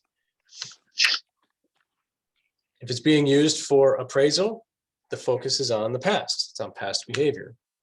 If it's being used for developmental purposes, the focus is on the past, present, and the future. If we're using it for appraisal, we focus on the what. If we're using it for development, we focus on the how. I think we have somebody who's not on mute. You may want to check your mute buttons. All right. Appraisal, we also focus, it is operationally based. If we're focusing on development, it is behaviorally based. In an appraisal situation, the feedback is usually organizationally owned. So oftentimes it is housed in the HR office. In a developmental situation, it is individually owned. In other words, the recipient of the feedback, they own the feedback. They have it, it's at their disposal, and nobody else has it. It's up to them to share those results with those that they want to, and those that can perhaps help them in the developmental process. In an appraisal situation, it has consequences, usually related to pay and promotion and so on. The consequences are purely developmental when we're taking the developmental approach. So there are two myths that I'll highlight related to 360-degree feedback. The first is that 360s alone create positive change. Not necessarily, okay? 360s themselves are a tool. It's a positive change is a process. As I mentioned early on, throughout my experience using 360s, my experience researching 360s, it is, in my opinion, well, from all that I've seen, it is the most powerful developmental tool that exists when it comes to helping make ourselves better leaders, to help improving or developing our effectiveness as leaders. And again, that's all related to the richness of the feedback. And again, and also because we can compare those different elements of the feedback. All of that feedback tells us a story. And with that story, we can use all of that information to help set a development agenda for us to move forward. Another myth is that 360 surveys are the end of the feedback process. The truth is that they're just the beginning. They are the beginning of the feedback process. One of the things that I used when I first took a 360, and this was early on in my career, and I was at a mid-level position at my institution. I took a 360, and during the debrief, the instructors told us, they said, look, this is the beginning of the feedback process. You identified 15 to 18 people to take part in providing you with feedback. Now, it's an anonymous survey, so you don't know who completed the survey and who didn't. You don't know who said what, okay? They said, take that feedback and approach everybody if you want, all the people that you asked to participate in the survey. Again, you don't know for sure if they participated or not. You don't know exactly what they said. But if you value their opinion, and if you value it enough that you listed them as somebody that you wanted to seek feedback from, then share those results with them. Use this as the beginning, as an opportunity to open the door for future conversations about development. So I took that to heart, and I went to my supervisor at the time, who I hadn't worked with that supervisor very long, so my relationship with him wasn't long or established. But I took my results to him, and I said, look, this is what I just received. And there's a lot of really good information in here, and there's some that I just don't quite understand or know exactly what to do with. So I asked him, what recommendations or suggestions do you have on what I can do and do better or work on in these different areas? That opened the door to the creation of a mentoring relationship that exists even until today. And that was about 16 years ago. And he is an individual who has had a tremendous impact on my career subsequent to that experience. He's now retired and gone, but he's still somebody that I stay in very close contact with. So again, it opens the door for conversations that you may not have otherwise. So why 360-degree feedback? It increases self-awareness. I was just having a conversation with a colleague the other day, commenting about a leader that we are both acquainted with, who right now is struggling a little bit with that self-awareness, with a lack of self-awareness. And the individual and it's hampering his or her effectiveness as a leader. 360s really help us to be able to increase our self-awareness, our understanding of how we are performing as leaders, but most especially how we are being perceived as leaders, how others are perceiving our actions. It clarifies behaviors. We will select specific leadership skills to measure, so it clarifies our ability in those skill areas. It raises accountability. It promotes dialogue. That's what I was just talking about. It's an opportunity for us to have conversations that we would not otherwise have. It improves working relationships, and it encourages development, and it enhances performance. Are there any questions or comments on 360? I know that the chat, I did see some notifications related to that. I don't know if there were any questions or comments that came through in that. So Kirk, I just want to add to for the group that the 360 that we use at the SAIL Institute is aligned to the 6 domains of knowledge that they now are aware of, because Dr. Jason Lane presented that this morning. So know that this tool is customized for those working in higher education, and it has all questions tailored to the success you would need to be able to serve in those roles. And we do have a question. So Maria is asking, how long is the complete process, or is this process open-ended? And I know we do have a slide coming up with our dates. So we welcome all of you on this call, or if you want to invite your colleagues who may be interested in participating in a 360. There's a sign-up sheet, and the time frame that we'll be running this project is this spring. So we'll do an orientation online on April 26th at 11 a.m. So I'll be giving you all of the tips and tricks to get the most out of your 360 experience, who to consider when you think about who you want your feedback from, who you need feedback from. And then Dr. Young will be back with us on June 4th to debrief as a group your report. So we'll keep the tool open this spring, so that will allow you enough time to collect all that feedback in the online tool.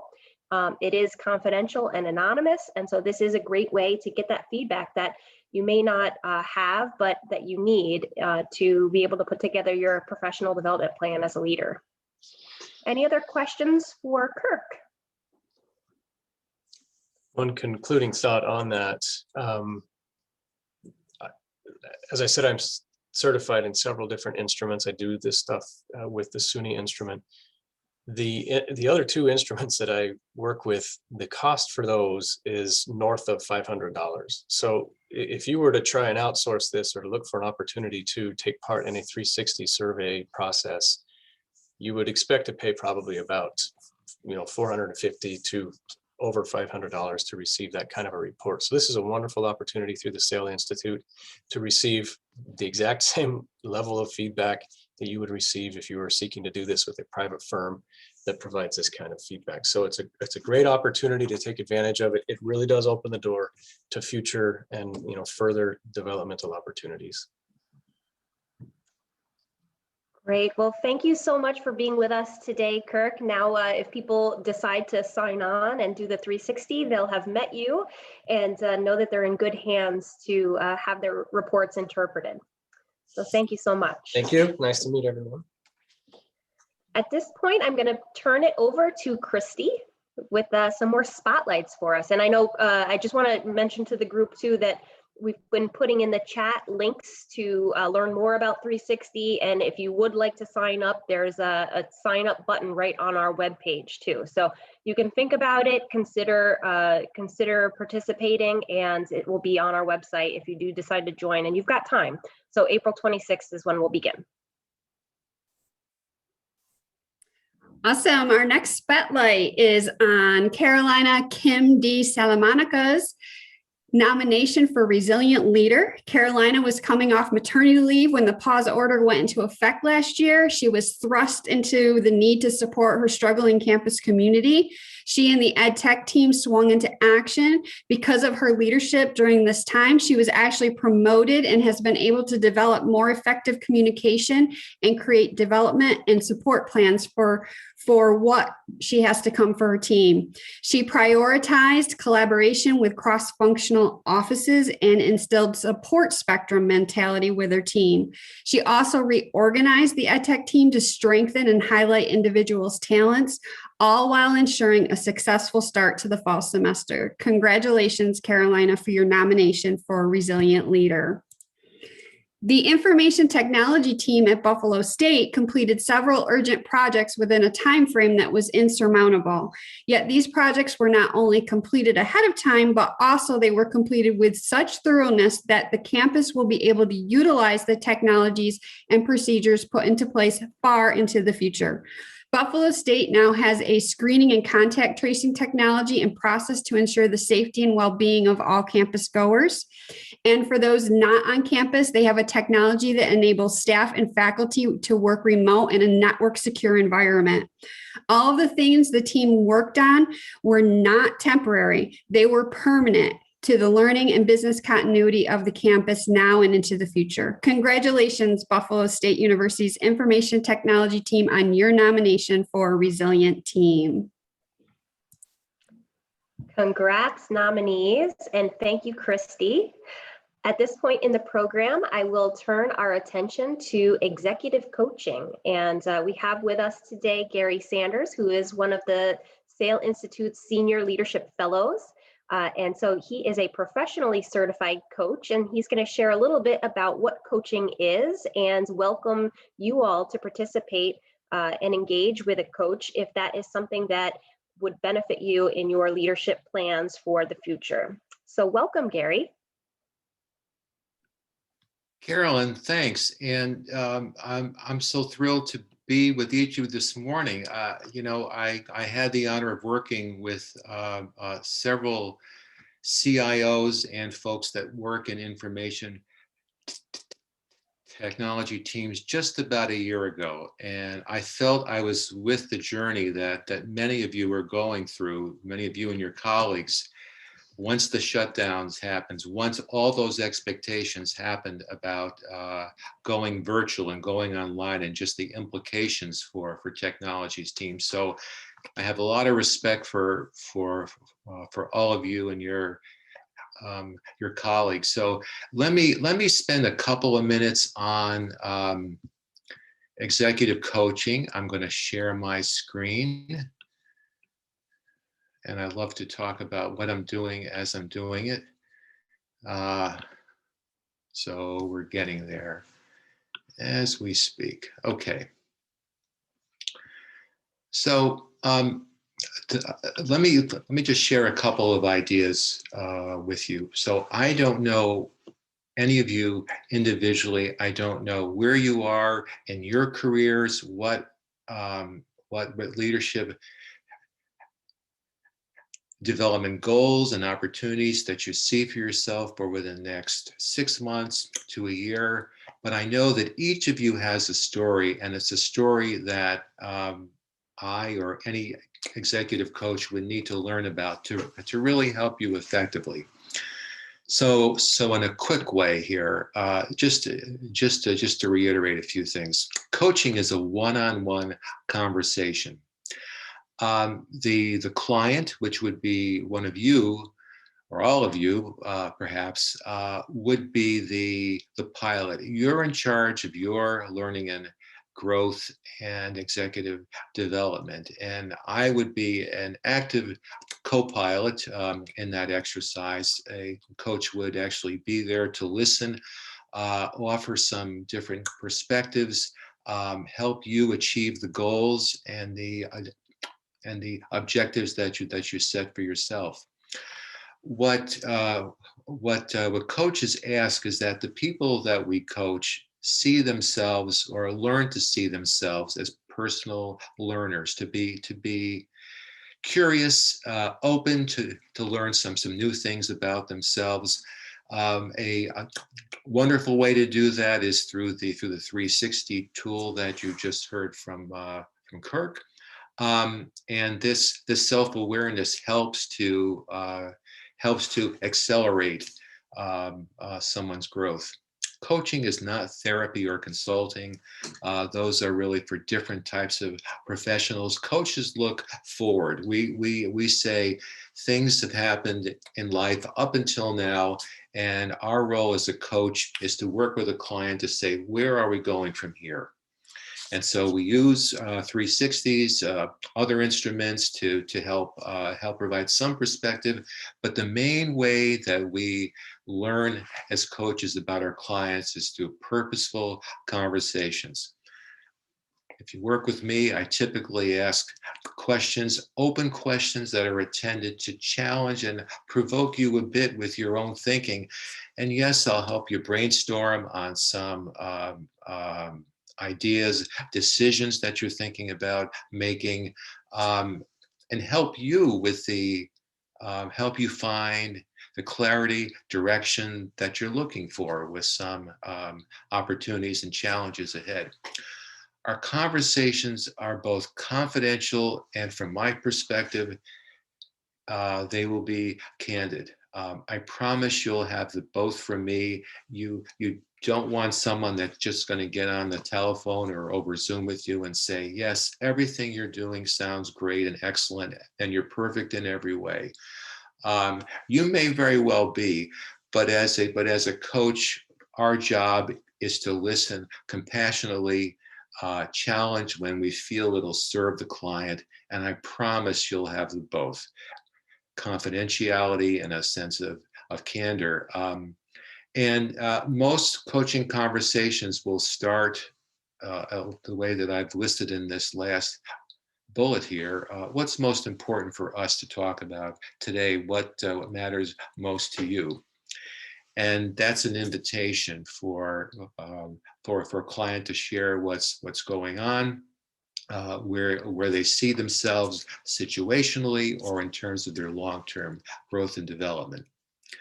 So what many people ask is, so what do you talk about in coaching? And my answer is pretty much anything that the client brings up. And so here's some examples. Before I get to that, just a reminder that really what my job here as a coach is to listen and to meet you where you are. It's not a change management effort from me. The change, if there's a change, it'll come from you. And my job is to support that. Your only job is to be curious and open to learn and to grow from where you are into what your next plans and visions are for yourself. So people ask, what do you talk about in coaching? And so here's some examples of things that I've kind of cataloged over the years. Many clients bring up some opportunities and challenges they have in leading and managing through change. It can be lonely as a leader, or as a team leader, or as a manager. And it's helpful to have a confidential space to talk about what's going on in the workplace, and where there is overlap in someone's personal life, to feel free to talk about those opportunities and challenges. There may be a new opportunity afloat for you. There may be a new job opportunity. You may have an opportunity to try something a little different, and you're trying to assess what that is and how it might work for you, what some of the risks would be there. And so a coaching conversation can be a great place to voice those your understanding of the opportunity, your understanding of the challenge, and to be there as a supportive and yet challenging voice to help you make the best decisions for yourself. There are some that need to talk through risks that they may be experiencing in their professional lives, risk in terms of new projects to take on, new opportunities within an organization. And so going through a risk assessment from a leadership perspective can be a very helpful part of what a coach can work with a client on. Most of us have some sort of conflict or disagreement going on. We hope we have very effective and smooth running teams and organizations. It's not always the case. And so having a confidential space to talk through those things can be very helpful. I like to think that I'm good at brainstorming. So I don't normally offer anybody solutions to any problems that they have. So I'm sorry to disappoint you with that. But I'd be willing to brainstorm if you are, and if you go first, and we can walk through scenarios. The other thing that can often be helpful in coaching is to help someone plan for what they think may be a challenging or difficult conversation, and to almost rehearse that, or to help understand what our expectations and intentions are for those conversations. We can also use the feedback that you get on a tool like a 360 to talk about your own personal leadership habits and strategies to make some changes that you have felt in your heart or your mind would be very helpful for you to make, to move you into a creative mindset in your leadership, rather than one that is reactive to situations or to other people. We'll talk about personal and team resilience, if that's if that's a topic that that matters to you. And as I said before, some of you may be thinking about what is next for me.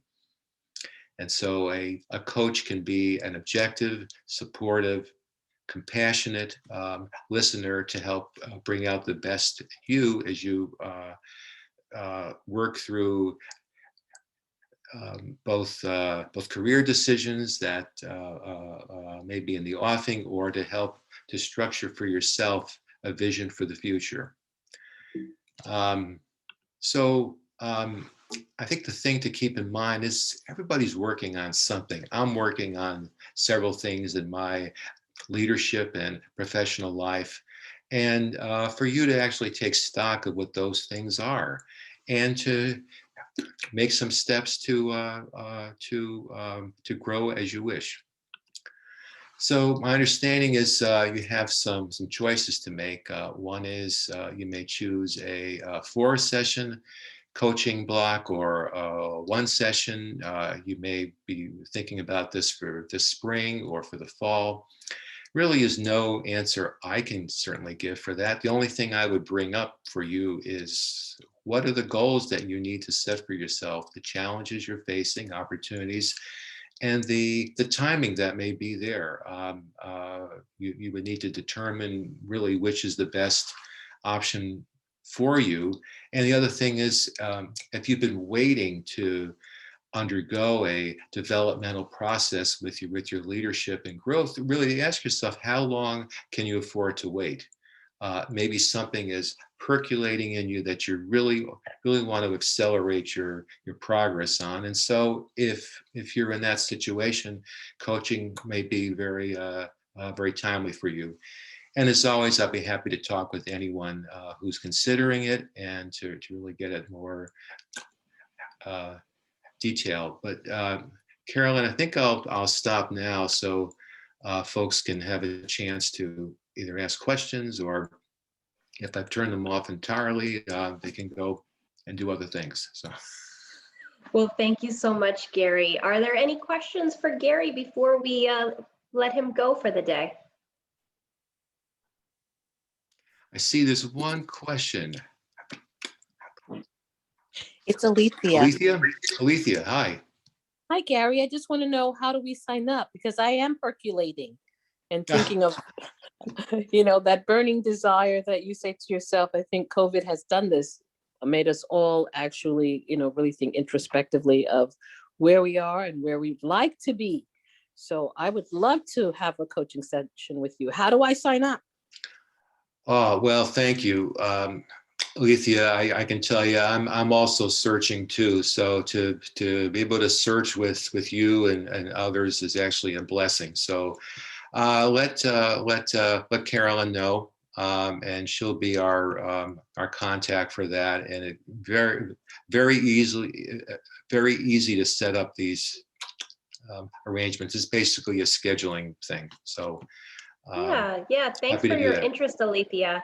And so I put in the chat there a link to the Google form to sign up. So if anyone is interested, check out that link and add your name and give us a little bit more background information about what you're looking for.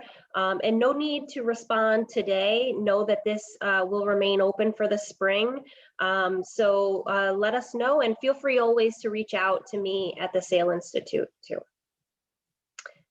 So thank you so much, Gary. I appreciate your time today and letting us know a little bit about coaching. You're very welcome, Carolyn. And again, congratulations to everyone. And I look forward to next steps. So thanks. Be well. Thank you. Thank you. And Bye-bye. Christy has a couple more spotlights to shine on our nominees. Christy, I'll turn it over to you. We sure do. So our last two. Brian Nichols was nominated for Resilient Leader. The Frick Collection is an art museum in New York City, which prior to the pandemic was already in the middle of a planned building renewal project. Brian and his very small team of 3 were in the midst of setting up the technology in their temporary location when the pandemic hit. The Frick has over 100 employees who all had to be distributed laptops in order to work from home. As you know, the pandemic hit New York City hard during those first few weeks and months, and that didn't make this an easy endeavor. Also, new technology had to be rolled out to legacy servers or had to be switched to a cloud-based service, video conferencing telephones to configured to work through Office 365, all in a very short timeline. Once business continuity was restored for remote work, Brian was catapulted into leading the technology project for the building renewal project, which had a lot of moving parts and people to coordinate and manage. Congratulations, Brian, on your nomination for Resilient Leader. Sorry about the dogs. Dr. Kristen Blinny has served as the chair of SUNY President's Council on Diversity, which is responsible for addressing diversity, equity, and inclusion issues on campus. Her work most recently at SUNY Oneonta focuses on cultural sustainability practices, communication, and the construction of difference, contemplative philosophy, and activism for social justice work. Even when students are in virtual spaces, it's important, if not even more important, to realize that inequities are prevalent. Her teaching philosophy encourages learners to build awareness of identity intersections and individual collective privilege while also practicing communication across group differences. Engaging in dialogue about difficult subjects, also working collaboratively and compassionately to address conflict and develop practical skills for cultivating empathy, inspiring action, and intervening in in-depth discourses as agents of change. Congratulations, Kristen, on your nomination for Diversity, Equity, and Inclusion Leader. So congratulations, Dr. Blinny, and congratulations to Brian, and congratulations to all of you. It's been wonderful to learn a little bit more about the nominees for the awards throughout the program. So thank you, Christy, for sharing all of that detail from the nominations that were received. It's been fantastic to acknowledge the good work that has been happening throughout the state, and all of you have been very resilient and at the same time focused on including others on your campus as well, which is fantastic. So congrats to all. And at this point of the program, we are really pleased to announce our winners. So we are going to start with the category of Resilient Leader.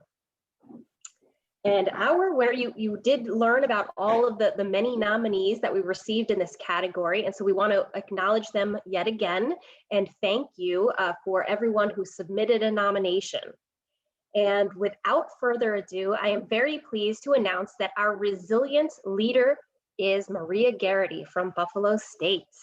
Congratulations, Maria, and feel free to unmute yourself if you'd like to address the audience. Oh my gosh, thank you. Thank you so much. Oh my goodness. Sometimes I feel I'm not deserving of this award, but thank you so much. I especially to Sale and NicerNet, Christy and Carolyn did an excellent job with the session today. And to my team at Buffalo State, this award definitely was a collaborative effort. And I deeply appreciate and can't wait to share this award with my colleagues at Buffalo State. And I'm sure the president, Dr. Conway Turner, will be very proud of this. Thank you so much again. I appreciate this. Yes, thank you, Maria. And you will have a digital badge to acknowledge this award. So, it goes along with working remotely. We can still recognize your achievement in our digital space here. So feel free to put that on your email signature and included in any social media. So congratulations, Maria. Thank you again. Thank you. So our next award will be for our Resilient Team. And you saw we had 3 nominations in this category and lots of excellent work that has been happening in our IT teams all across SUNY and beyond. And our award winner is St. Bonaventure University. So congratulations, St. Bonaventure. So I'd like to welcome Michael Hoffman back. And if you would like to say a few words, that'd be wonderful. Yeah, thank you so much. It's an honor to receive this award, and most importantly, I think my team will really appreciate it. And I know that everybody was deserving, and there's been a lot of great work done by the IT groups and all the colleges in higher ed. But I know that my team will really appreciate this award. They went through a lot this past year, did an amazing job, and I couldn't be prouder of them. So again, very much appreciate it. Thank you. Thank you and congratulations. And so you'll have that digital badge to we can give to anyone on your team. So just let us know what email addresses to issue that to, and we'll be happy to share in the award there. Wonderful, I'll do that. Thanks. So our next and final category is for Diversity, Equity, and Inclusion Leader. And we did have several nominees in this category as well. And so we are proud to announce that the winner is Andrew Tucci. So congratulations, Andrew. Are you still with us?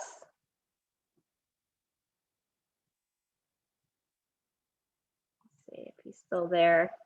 I know you heard from him earlier with the panel discussion, but he actually was nominated by 3 different people. So it was very hard to ignore the work that he's been doing for Binghamton University. So I'm sure he'll be happy to know that he's won the category, and so we'll pass that along to him after today. Am I back? I think I might have muted myself by accident. You are there. Oh, good. Yes, but thank you. And to echo those sentiments, Carolyn, thank you to all of you. I certainly felt like I had imposter syndrome to be listed amongst such admirable people in the IT industry. Wow. Well, thank you so much to everyone. And we are going to leave you with an inspirational video that our team has put together. So I'm going to share my screen and pull this up. Make sure you check mark those boxes, Carolyn. Okay. I'll pull up the video first here. See, I'm working with a room full of IT people, so hold your laughter. I'll do my best.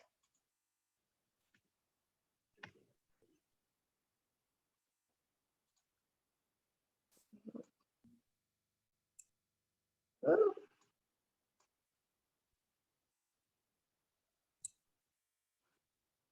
We're seeing your desktop.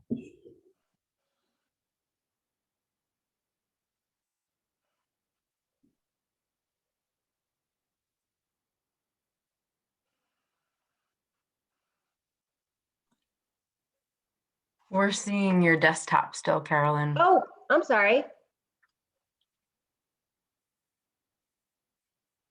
Let's see if I can do this here. I can also share if you need me to. Okay. Oh, let's see here. So you can see my desktop, not the video. Sorry.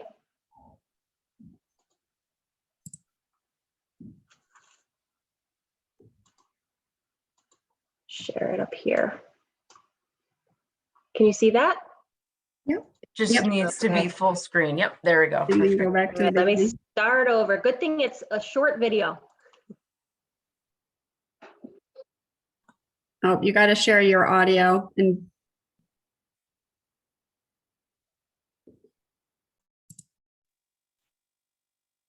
Share my audio. So what do you mean here? you want me to do it, Carolyn? Yeah. I'm sorry. That's all right. I did optimize to play video. Sorry. Oh, it should have automatically did the share sound then. That's weird. We're going to ask you to do some math in front of everybody next. Oh my God. There you go. There's the video. And so anyone can play it after today or share it with their colleagues too. Yep, we'll have it on our websites. Okay, everybody seeing that congratulations screen? Yep. Awesome. Here we go. Oh, uh-oh. It's at the end. It needs to be started from the beginning. Oh, it wasn't at the end. Okay. There we go. Broken down and tired of living life on the merry-go-round. And you can't find a fighter, but I see it in you, so we gon' walk it out. Move mountains, walk it out. And mountains, and I'll rise like the day. I'll rise unafraid. I'll rise up, and I do it 1,000 times again. And I'll rise up, I like the waves. I'll rise up, in spite of the ache. I'll rise up, and I do it 1,000 times again.